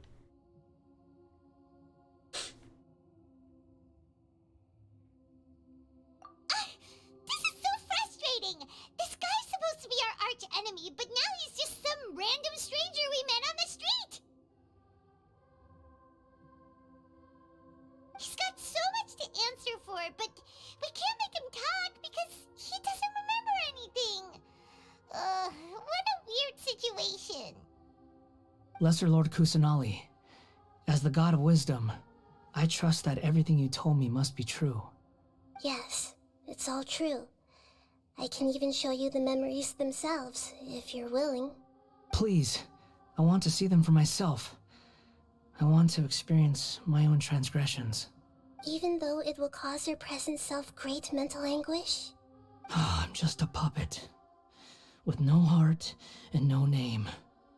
There is nothing in this world for me to cling to fill the void within me. Except maybe these sins that can never be undone. Very well. As you wish. Wait, shouldn't we go with him? This one's kind of on us for bringing him here. Don't worry. Whatever danger I might face, it's my burden to bear. Traveler, could I ask you to supervise him on my behalf? Oh, good point. Given your, unique situation, we'd better keep an eye on you. Understood. Thank you. Now, prepare yourselves, everyone. Ich finde seine Robe cool.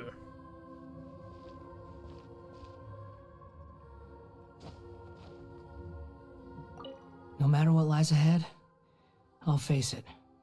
Whatever it takes. I'm just sorry that you have to join me for the whole thing.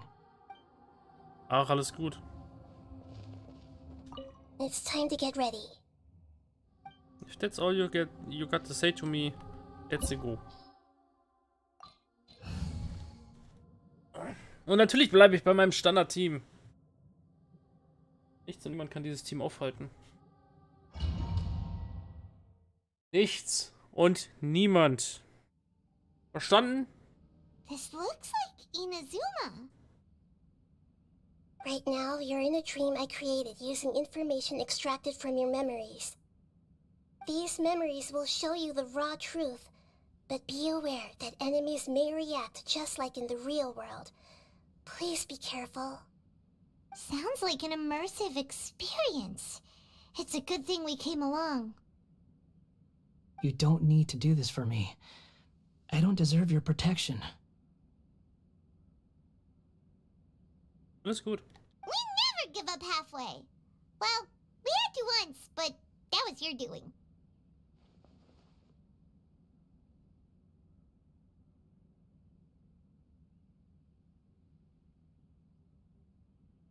All right. Thanks. Wanderer, this is the Shake Pavilion. In your Balladeer incarnation, this is where the Electro Archon placed you after your creation. You had a great many memories here. Is that because this is kind of like his birthplace? Könnte man so sagen, ja. You could say that, in a sense. You'll see why shortly. I hear footsteps. This place is huge. I can't believe the landslide didn't fill it in. I wonder who built it. The Crystal Marrow Miners? No, there's no way. Look at this exquisite construction work, and so well preserved, too. No mining crew would be capable of this. There's someone passed out on the ground. Who are you? You're awake. What happened? How'd you get stuck here? Are you injured? Huh. Not a scratch. And these fine clothes. Who are you? This man is Katsuragi, deputy to Torichiyo's adopted son, Mikoshi Nagamasa. He found the balladeer in Shake Pavilion and took him back to Tatarasuna. And the rest is history. Well, it used to be. In the original version of events, Katsuragi was ultimately killed by Nagamasa. Let me get you out of here. Our people are nearby. Hang in there. During the Tatarasuna incident, Niwa was murdered by the doctor disguised as a mechanic. The balladeer, then known as the Kabukimono, disappeared not long after. As the second in command at Tatarasuna, responsibility for what had happened fell to Mikoshi Nagamasa. But Katsuragi had sworn lifelong loyalty to Nagamasa after the latter had once saved his life. At Katsuragi's insistence, Nagamasa killed him to put an end to the Tatarasuna incident.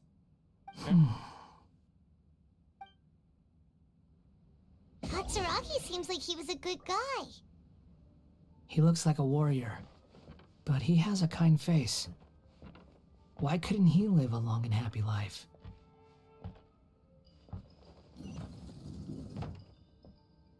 Eine sehr gute Frage, die kann ich dir leider nicht beantworten. Genji.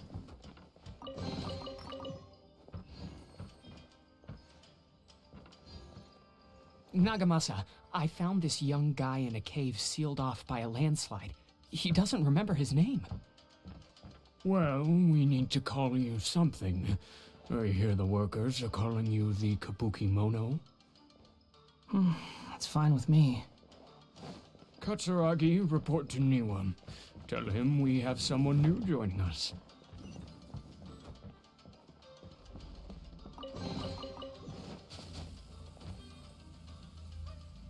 Das war knapp.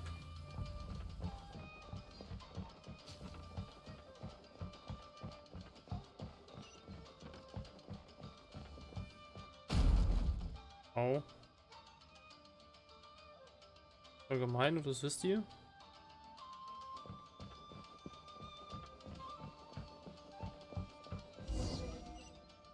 Auf den nächsten Rift der Erinnerung. Huh? What are we doing back here? Whoa, this is where you were born? It's pretty, but there's nobody here. I was abandoned, like you. I lived here for a while at first, but there's nothing for us here. We can't stay. Okay. I heard my mom and dad used to make swords, but the factory manager died, and then my dad got sick. Nicht nur er. He kept coughing all the time, just like me. Then Mom started coughing too. But you can't. You promised me. Yup, we're family now. We're gonna be together forever and ever. This child didn't have a name. Or rather, the balladeer didn't know what to call him. His father died before he could name him. After his mother died, the child stayed in their straw hut alone. Some of the neighbors helped to raise him. After leaving Tatarasuna, the balladeer ran into this child who didn't have a name, just like him. They made a promise to live together. What happened to the child then? He died from his illness while he was still very young. The balladeer came home one day and found that he had stopped breathing. Hey! What's wrong? Say something! You promised me we could be family! You're no different from Niwa and all the others. You betrayed me too.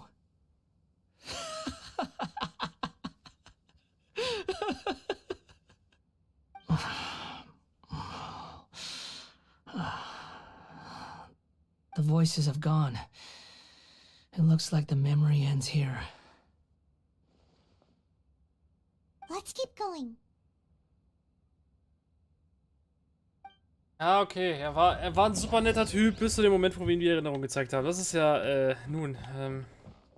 schwierig. Aber gut, it is what it is. It is what it is. Und das war's dann auch damit. Das ist halt eine Mixtur aus dem netten Scaramouche und dem komplett frechen Scaramouche. Einfach Kenji, der Wanderer. Ah ja, ich sehe Kairagis. You do realize you're blocking my path. I come not to obstruct you. I've been waiting. What you are truly is a weapon, one that could be wielded with an iron will. Or you could continue to drift aimlessly. Are you trying to win me over? The long-fated rebellion has begun. Why not take your place at the banquet and join those who shall feast? There is no escape! Ha! Ha!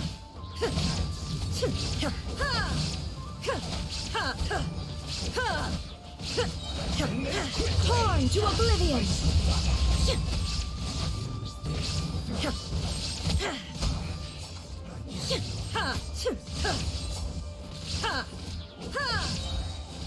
Shine down!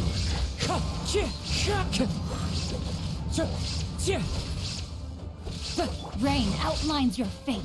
Rise. Rain cutter. Illusion shattered. Du wolltest zuerst wegen Schild oder seine Leben? Seine Leben. Oh nein. Inazuma shines eternal.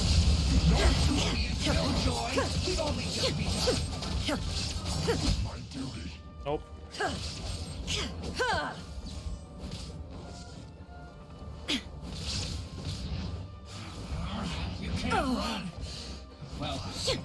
Wind strike. As one with wind and cloud.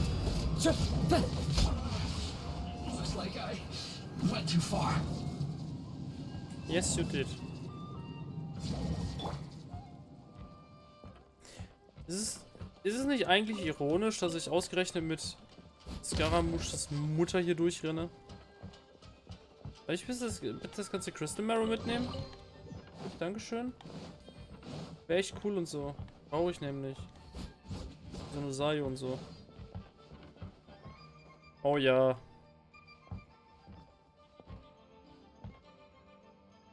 Der Final Fight gegen Scaramouche.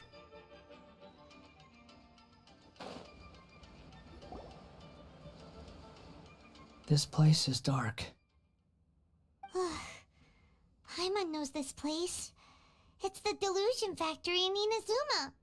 In the original version of events, the Traveler once encountered the Balladeer here. Such a creepy atmosphere. And so familiar.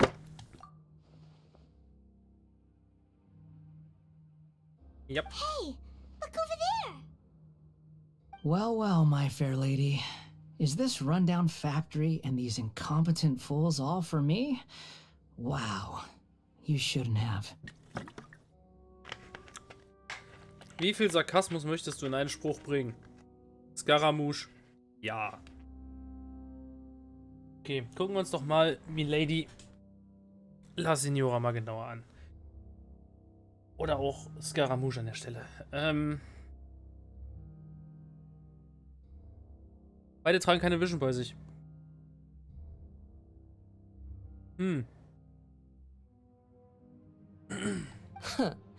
What do you have to gain from belittling your subordinates? You might not want to admit it, but you are a part of this plan. Perhaps you find fighting in the abyss to be a more meaningful use of your time? Oh, but of course, even this pales in comparison to being experimented on by the doctor.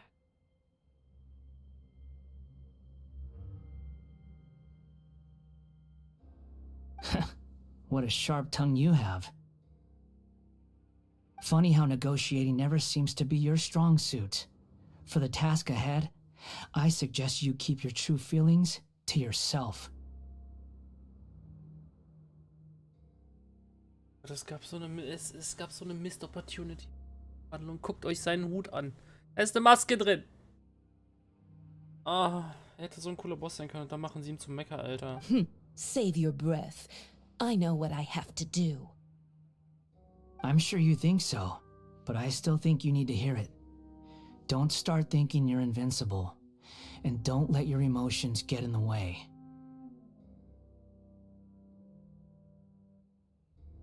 Stimmt. Die hat konsequent von uns auf die Fresse bekommen. Surely you're not worried about me. I just can't have you getting in my way. You and Child never fail to find ways to complicate things.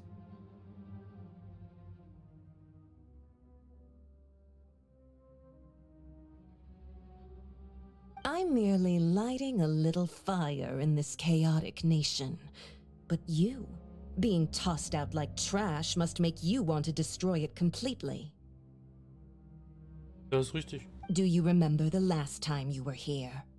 That was a lot of swordsmiths you killed. I'm sure the descendants of the Raiden Gokaden are still suffering the consequences now. Look at you. Oh, don't get so sentimental. Now, give that poor little tongue of yours a rest and stop pretending like you're above everyone else.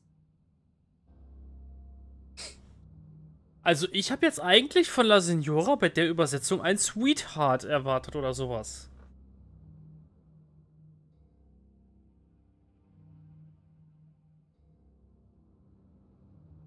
Bye then.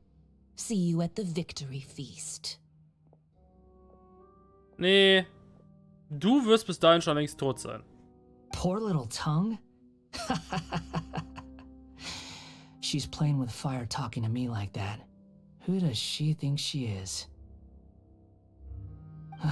Forget it. Someone might find me here any minute now. I should prepare to give them a warm welcome.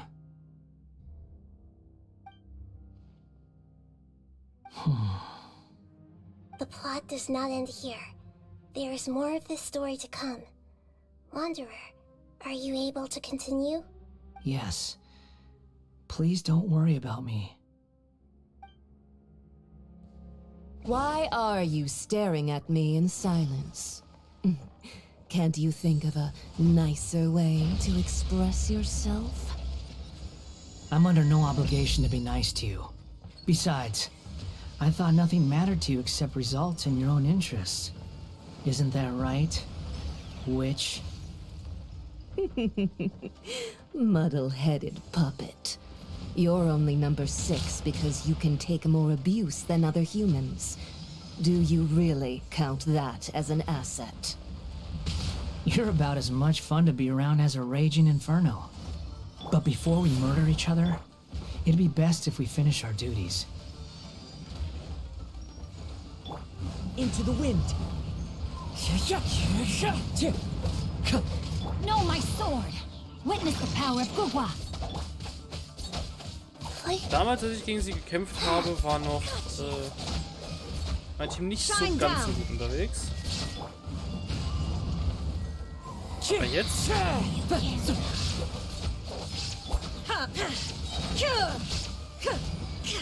Life goes on. Out of my sight.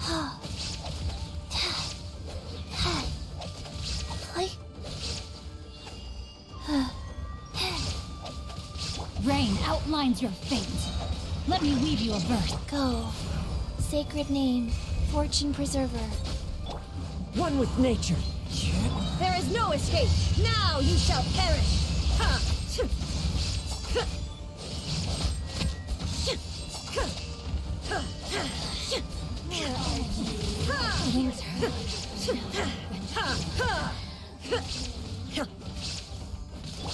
Into the wind. Clouds high. The birds. Witness the power of Gugwa. You So, Kopfgeldjäger losgeworden. Jetzt nur noch die kleinen Elektro-Chichin. Ist ja wohl kein großer Aufwand hier, ne? Gute Nacht.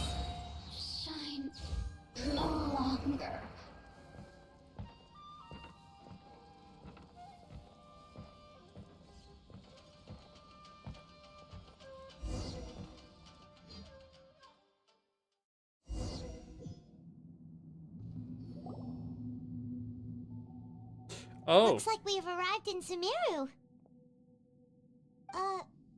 Is that? Considering that Amorta's sage, Nafis, refused to join this project, I'll take part in the experiment in his place. Welcome. I look forward to a fruitful collaboration. When do we start? You seem impatient. You should know that becoming a god is far from a trivial affair. Mir ist gerade eben erst The aufgefallen, biological transformation is a lengthy dass der process. Doktor As such, I too would recommend that auf we der commence as soon Schulter as einfach mal possible. eben so eine In the event that a successful connection is established, his body will become permanently bound to the machine, and he will be unable to move independently of it. ich weiß nicht, wie man es auf Deutsch nennt, Plaguebearer-Maske trägt. Inklusive einem passenden Vogelanzug. Also Federanzug. Die haben ja immer diese Rabenmasken gehabt. Diese also diese Pest Heiler oder wie auch immer die auf Deutsch heißen. Plaguebearer halt. Wagenheiler. Und da ist mir. Und er hat einfach komplett dieses ganze Set einfach auf der Schulter. Ich meine, er sieht schon cool aus, der Doktor. Das muss man ihm lassen. Aber er hat wie alle anderen auch keine Vision.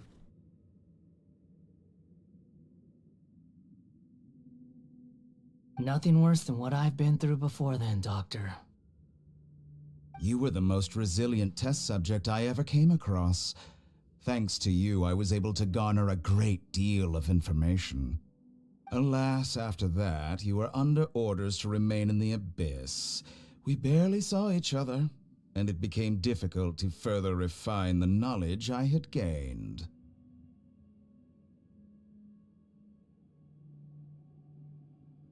That was gracefully worded. Ever wonder what they'd think if they knew that nothing matters to you, apart from your crazy experiments? I suggest you speak to me in a more respectful tone, Scaramouche. The mere fact of your utility does not make you indestructible. The doctor again? That was uncomfortable to watch. That person gives off a very sinister energy. It's normal for him to give you the creeps. He scares the bejeebers out of Paimon. Let's move on. Scaramouche, keine Beängstigung.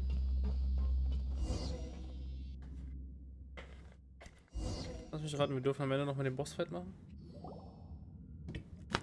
You're a god. Do you think I'm evil? If you accept that he is you, just as you are you, then yes, you are evil. In your eyes, are there any differences between humans and puppets? Do you think there are any differences between your present self and your previous and future incarnations? If not, then what are the differences between humans and puppets? Whoever has tasted the joys and sorrows of life in the human realm is human. Whoever has loved and lost, cried with grief, howled with rage at the tragedy of death that eclipses the miracle of life, they are human too. I've seen enough of my past. If possible, I'd like to reclaim the sins that are mine to bear. No matter the consequences, I won't run from blame or punishment. Whatever I am due, let it come to pass.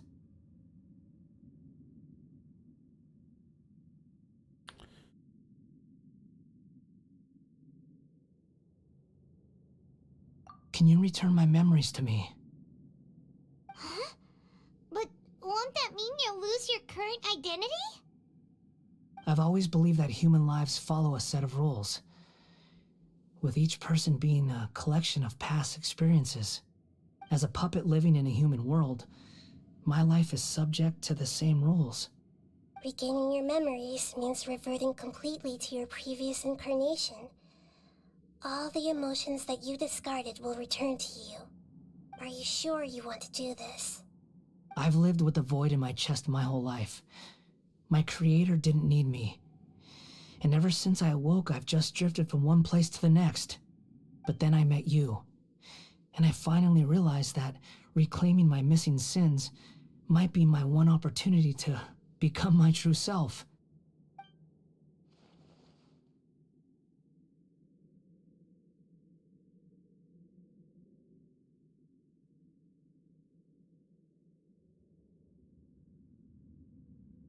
Ah. Ist was dran. Ist wirklich was dran. Das könnte wirklich die wahre Bedeutung von dem sein, was Ruka der Vater gesagt hat. Ich will immer noch ihren echten Namen wissen, meine Fresse. Ah, so wie Kusanali Nahida heißt, will ich wissen, wie Ruka der Vater früher gehießen hat. Hatte sicher einen schönen Namen, diese hübsche Frau. Hoppala.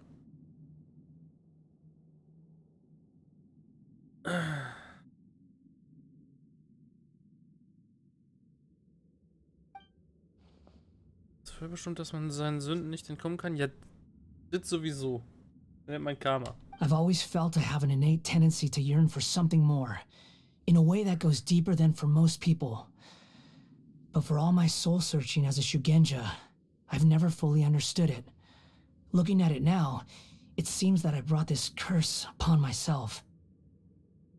So I beg you, grant me this opportunity to gain a purpose, to change my destiny, and end my wandering.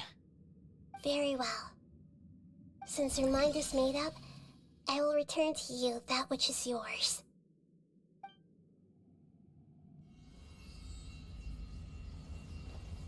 You have made your decision. Now, take this.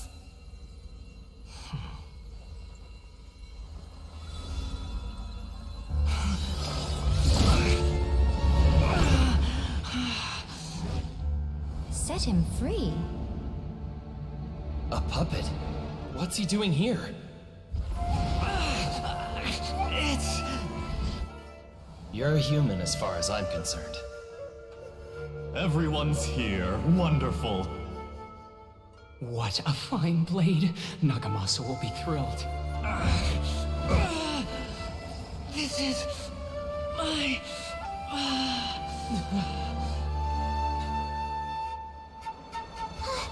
Is he alright?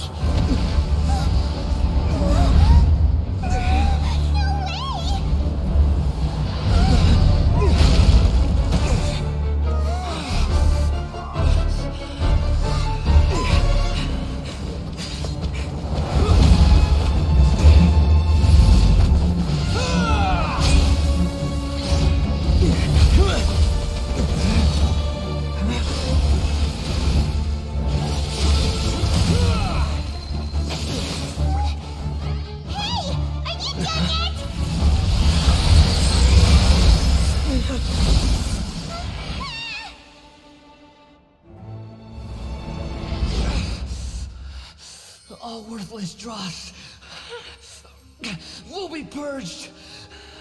That's why this won't be the end.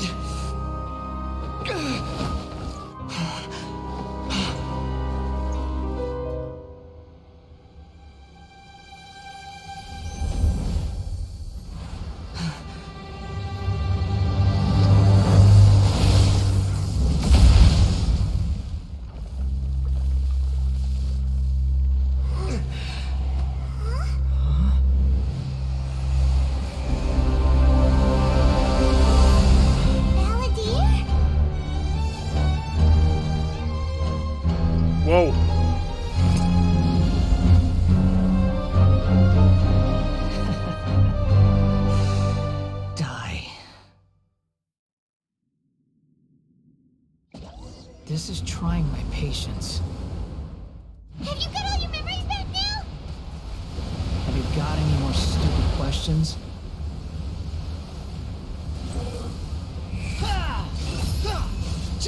Feeble human! Upon the gale.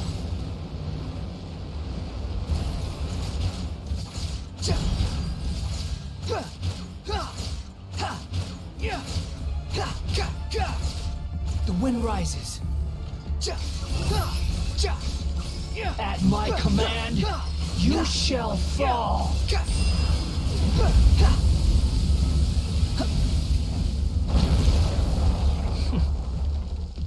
Squall and fury.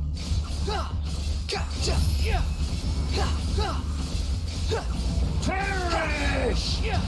You dare to gaze upon me?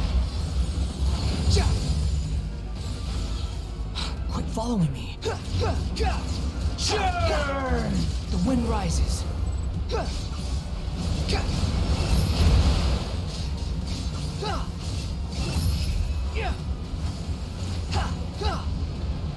My endless cycle begins! Nothing worth mentioning.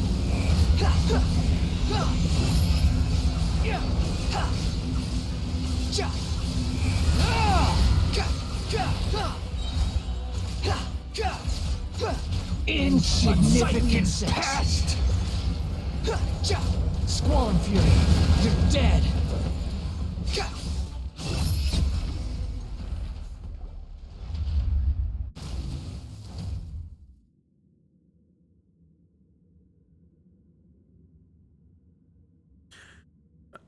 Dafür, dass ich nur Scaramouche hatte, lief das ganz gut.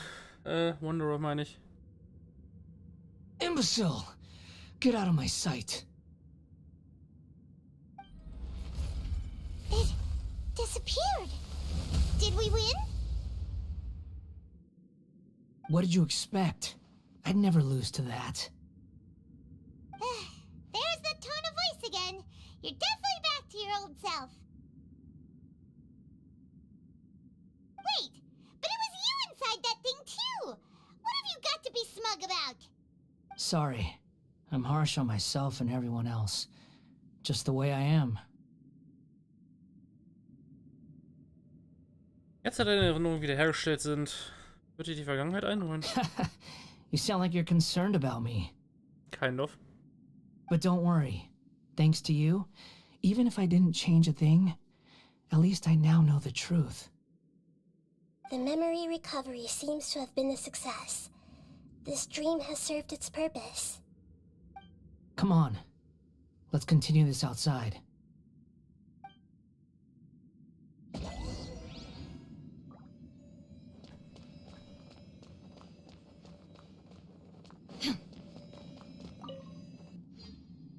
Cutscene!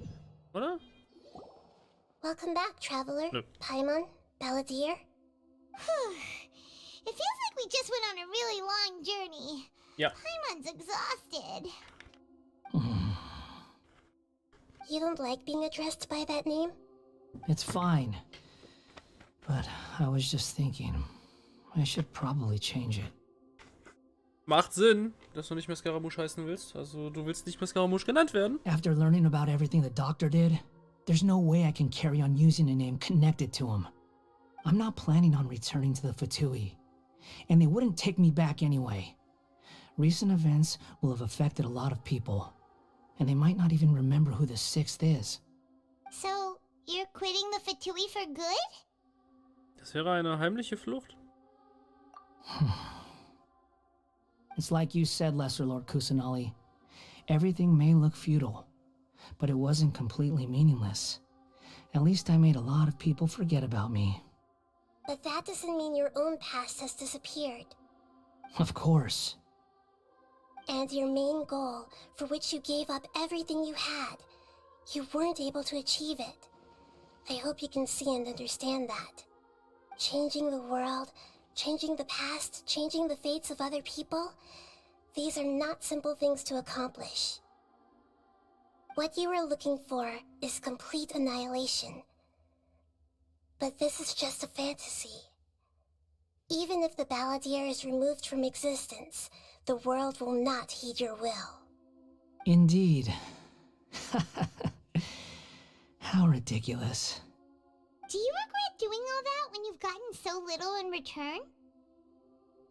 Even if I'm completely worthless, there's nothing in the world worth regretting. Lesser Lord Kusanali, you purposely left that information in Irminsul, didn't you? Yes, and I took pains to make sure that you'd acquire that information naturally. Why would you go to such lengths? You trying to win me over too? In all honesty, your past experiences have made you a useful asset to Sumeru and to me. Winning you over was indeed a part of my plan.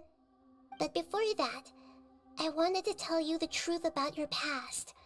If all I wanted to do was use you, then I'd be no different from the Doctor. Also ein bisschen perfide kann die Kleine ja schon sein, ne? Sind wir mal ehrlich. Aber cool ist sie trotzdem. Very clever. I guess you could say that's one of my virtues. Utility to others is what gives me worth.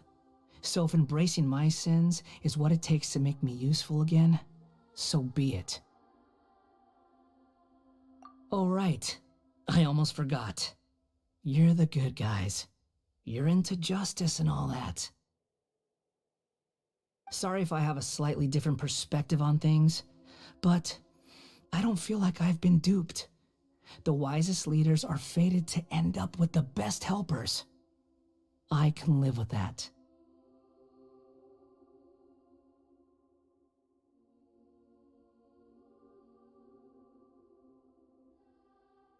I'm glad you're able to think of it in that way. Traveler, in the future, I'll continue to search Irminsul more deeply and see what secrets can be uncovered. Including the beginning of your twins' journey recorded in Irminsul. What exactly happened before and after that point? I want to know as well. Oh, die Hilfe würde ich auch mal gerne so anfragen, tatsächlich, ja. I will try. Traveler.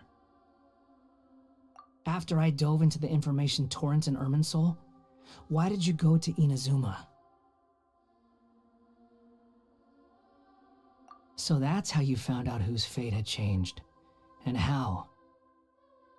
Well, whatever your reasons, you did me a favor. And I'll do everything I can to pay it back. Ich habe das nicht getan, um dafür belohnt zu werden. Bitte sprich nicht, als würde ich etwas von dir verlangen. Borrowing and returning are the only real relationships between individuals. I'll balance the books one day. Don't you worry. That's not true. A relationship between two people is not simply a ledger that can be reset to zero. I think deep down you realize this. People who show up in your life don't just evaporate like water drops and leave nothing behind. There is no such thing as balancing the books. Some things in this world can never be brought back, and they can never be changed, which is why there is emotion in the human world. Everything that you feel is real and lasting, and whatever is missing in you will not be made whole. To be human is to live with imperfections. You can choose whether or not you want to be human. But humans can't live without a heart, can they? Anyway, I gave up trying to become a human a long time ago. You understand what pain is perfectly well, even without a heart. You're just bearing your feelings. The past is set in stone, but you can keep moving on. And the longer your future lasts, the shorter your past will become, until one day, it is but a tiny fraction of your life. Sounds like you've got a future planned out for me. Everything's ended up being pretty darn complicated. Paimon doesn't even know where to start, but the most important thing now is that you need to follow Nahida. Otherwise, all our efforts will have been for nothing.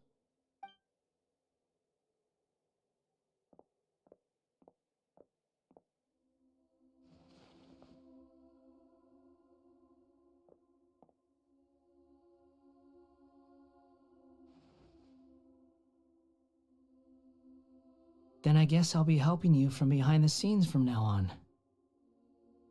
Yes. I'm glad that you've accepted our proposal.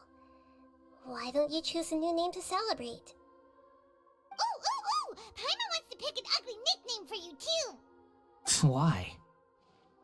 Because Paimon still doesn't like you that much. Then I hope we don't see much of each other in the future. A name is life's first gift. You didn't say it out loud, but I know that's what you're thinking. The Traveler and Paimon have helped you a lot. If you can't decide on a new name, maybe you can ask them for ideas. No! Paimon only does nicknames! If it's a serious name you're after, it's all yours. Natürlich kriegt er den richtigen Namen, keinen Spitznamen. Have you got anything? Okay, Regeln und Erklärungen zur Namensänderung. Regeln zur Namensänderung. Ich hätte nicht gedacht, dass es sowas gibt, aber okay. Du kannst den Namen der Figur bis in die Ewigkeit driften, Wanderer Anemo, durch das Zwischenkapitel des Archontenauftrags umgekehrte Schöpfung und mit dem Objekt Umschreibungspinsel ändern. Bitte beachte, dass bestimmte Namen nicht benutzt werden können. Sobald der Name geändert wurde, zeigen bestimmte Teile der Spieloberfläche den angepassten Namen an.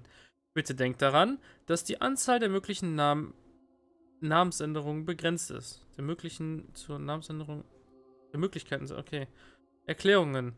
Stell bitte sicher, unsere Nutzungsbedingungen zu befolgen, während du den Namen änderst. Um eine freundliche Spielatmosphäre zu schaffen, lies und bestätige bitte, dass du die folgenden Aktivitäten nicht anstiften oder daran teilnehmen wirst. Die Erstellung von Inhalten, die eine ethnische Herkunft, Religion, sexuelle Orientierung, Ethnie diskriminieren. Nein, das Mobbing oder die Beleidigung von einem oder einer bestimmten Reisenden oder einer bestimmten Gruppe von Reisenden.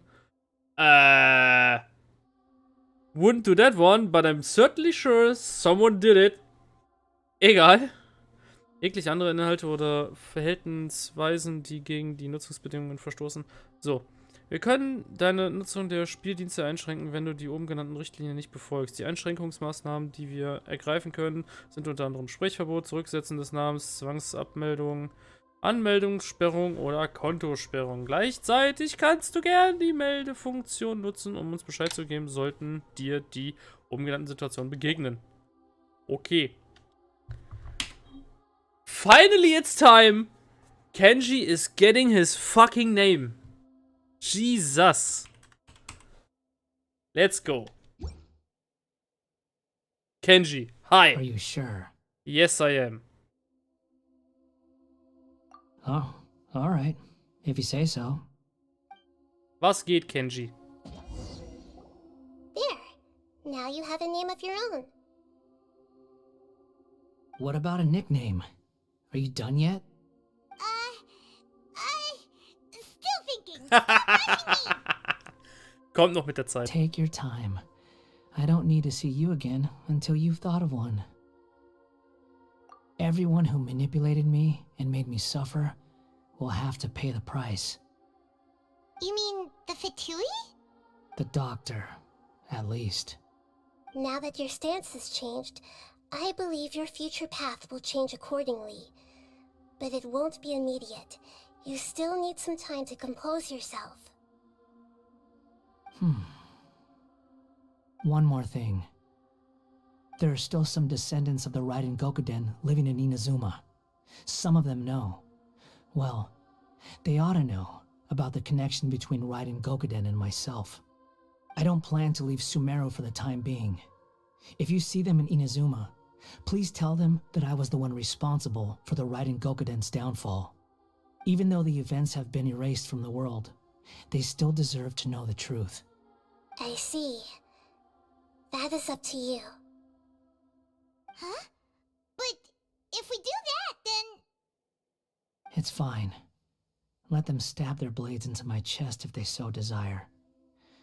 Maybe that's how it always should have been. No nonsense. I like it. Alright, let's call it a day. Goodbye, wise deity. And you too. He's gone. What he went through today would have been like living an entire lifetime in an instant. He'll need some time to calm down. Yeah, true. But even so, after everything that's happened, he doesn't seem quite as fierce anymore. Ja. So we can finally go eat? Paimon is starving. Oh, Paimon. Verfressenes Biest. Thank you both. I hope you will find somewhere nice to go and relax for a while.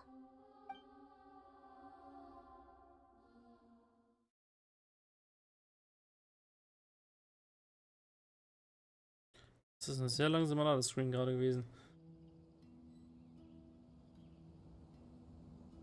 I've got it! I can end my novel with some words from Mikoshi Nagamasa. You mean because everyone else in the story is dead? Yeah, I heard that Mikoshi Nagamasa died at a ripe old age. He's the perfect fit to be the narrator of the epilogue. Das klingt so weird, aber okay, ich nehm's hin. The dark clouds had dissipated, but they continued to cast their shadow in Mikoshi Nagamasa's mind for decades to come. Then, one night, as an old man, he had a dream. On the night when that prized blade, the Daitatara Nagamasa, was forged, the people rejoiced, and there was painting, dancing, and drinking. All these expressions of joy melted down in the furnace fire and turned into red clouds that rallied around the final sunrise that Mikoshi Nagamasa saw in his lifetime. Life is a story too long to be told, a journey that you must walk to behold. Gefällt Genji ja gar nicht. Ich find's cool, dass er jetzt einen Namen hat. Ich find's wirklich cool, dass er jetzt einen Namen hat. Genji passt halt wirklich zu ihm.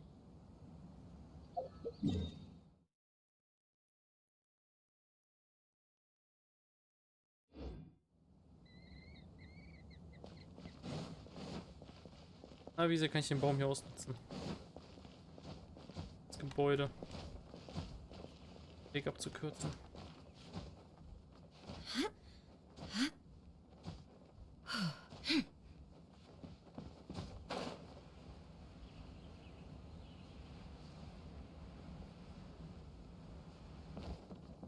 Ziemlich gut.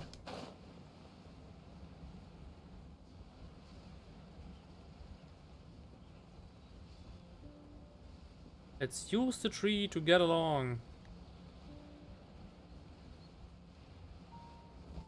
Yes, indeedly do will do.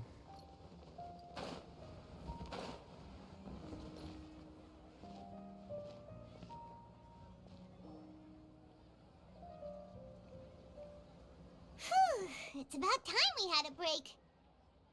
Das erste Mal, dass wir ein eigenes Haus haben. As soon as you stop, all the tiredness and hunger comes rushing back.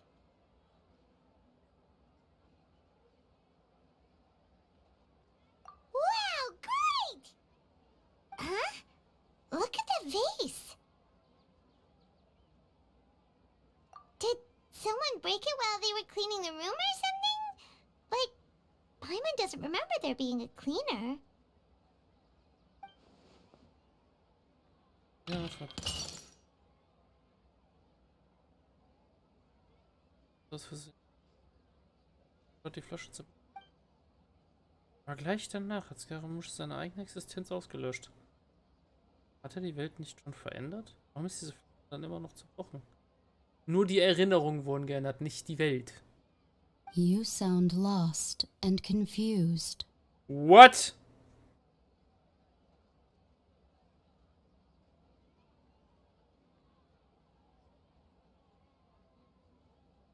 Is it you, God of the Fontaine?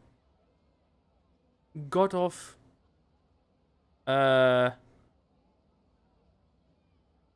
Ja. Göttin der Gerechtigkeit? I know why you are troubled. Any who knew of this would find their mind overwhelmed. Huh? Is there someone here talking to us?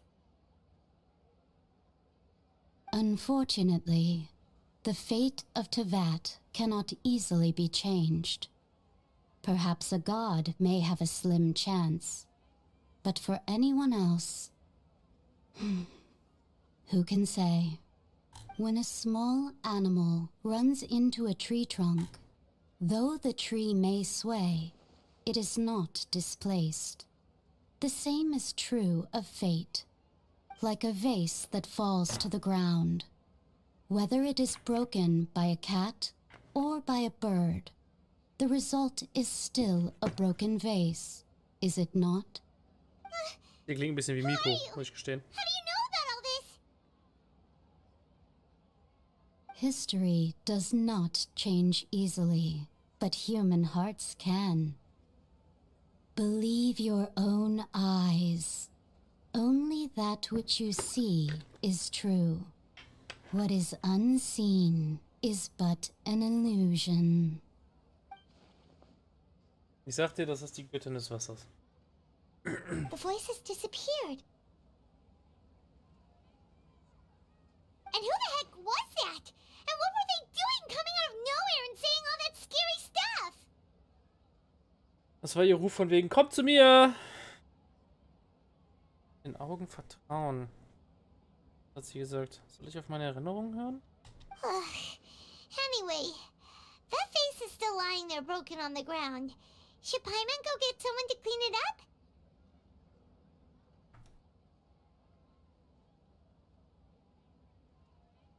Das tun, weil mein ganzes Pad hier unten ist ein bisschen verschoben gewesen. Muss wieder schön auf der Kante, auf den beiden Kanten liegen. Ah. It feels wrong just leaving it there. Just a moment. Paimon will be right back.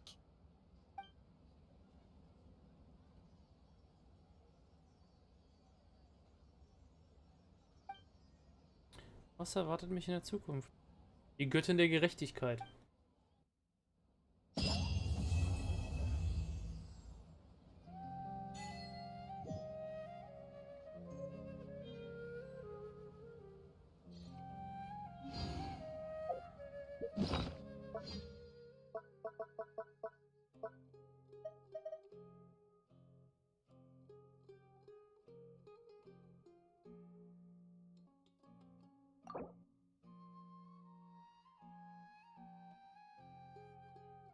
Okay, I see. Mhm.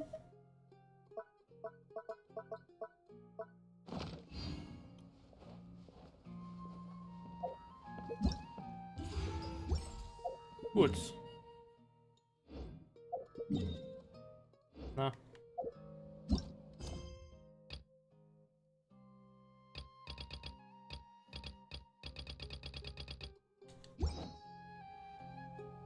Zugegeben. Was für Kick? Oh, ich hätte, glaube ich, eins gehabt mit meiner längsten League Games. Das ging jetzt 50 Minuten. Respekt. Ja, Bro, ich war Mitte als Veigar. Ich war Level 18, hatte alle Items, hab Enemies gewonshot, aber nur mit meiner Ult und die hatten einen Udyr im Jungle. Der hat so wehgetan. Oh. Aber wir haben gewonnen. Immerhin. Ja, ich habe mich gemutet, damit ich dich nicht zusammenschreie. War auch gut so, danke. Ich meine, spätestens wenn du irgendwie in die Konversation richtig reingeschaltet wärst, hätte ich mich gefullmutet, also von daher. Ich habe jetzt endlich den letzten Eichhorn-Auftrag hinter mir. Der aktuell ist. Echt durch damit? Ja! Nice. Das hat nichts daran, dass ich jetzt noch einen riesigen Auftrag in Form von dem Mond-Neujahr habe, also Luna Festival. Und einen neuen Legendenauftrag. Für einen der Sumeru-Charaktere. Belastend. Bin ja mal gespannt, was man diesmal beim Luna Festival kriegt. Ja, letztes Jahr haben wir diese wundervollen Feuerwerke bekommen. Die man selber zusammenbasteln kann. Waren als Silvester echt hilfreich. Also wirklich.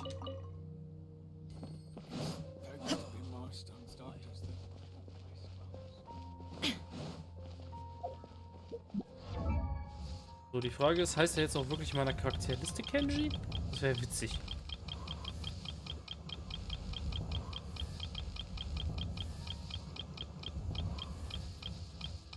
Wollen Sie Kenji oben sehen, müssen Sie das Scoreboard drehen. Wow, er ist wirklich Kenji. Geil. Das finde ich ein cooles Feature. Relax. Du kennst doch mit Sicherheit Scaramouche, oder? Einen komischen Typen mit dem riesigen Hut. Ja. Den kriegt man ja inzwischen als spielbaren Charakter. Oder hat man bekommen. Ja. Und in der Story ist es so, du musst ihm einen Namen geben. Weil er sonst nur Wanderer heißen würde. Das fanden die Entwickler nicht so geil. Okay. Also, sobald du ihm den Namen gegeben hast, wenn du ihn als Charakter besitzt, hat er den Namen. In der Story hat er überall den Namen. Und du dachtest dir, wir nehmen mal einen Overwatch-Charakter und gehen von G zu K. Was, wie? Nein. Nein. Der Name Kenji hat einen ganz anderen Hintergrund. Ja, aber das ändert nichts daran, dass du mit dem G Genji ist. Ich meine, it's another samurai, so technically you're right. Aber praktisch gesehen, nein, da kommt's nicht her. Aber vielleicht dachten sie sich einfach auch bei Overwatch von wegen, man nehme den beliebtesten Samurai-Namen überhaupt und packt einfach G davor. Der beliebteste Samurai-Name ist Genji? Oder beziehungsweise Kenji? Ist sehr häufig verwendet. Nicht, vielleicht nicht der beliebteste, aber... Also ich habe keine Ahnung. Einer der meisten verwendeten tatsächlich. I stand before it, alone and unchanging. Ich meine, gut, der beliebteste Samurai-Name bleibt an der Stelle natürlich Rorona Zoro, aber... Nun! Das ist ein anderes Thema. Eben. Oh, ich muss eigentlich unbedingt One Piece für das schon. Gibt's mittlerweile, vielleicht... Oh, was war denn die andere Seite? Also ja, ich habe meine eine Seite da, die funktioniert auch, glaube ich, noch. Ich weiß es nicht, ich war schon lange nicht mehr drauf. Ich war auch schon länger nicht mehr drauf. Ja, ist noch online, alles gut, wurde nicht runtergenommen. Ja, ich glaube, so schnell runternehmen werden sie die auch nicht. Aber ich habe letztens irgendwo... in irgendeinem TikTok eine andere Seite gesehen. Ich hoffe, ich habe den gespeichert.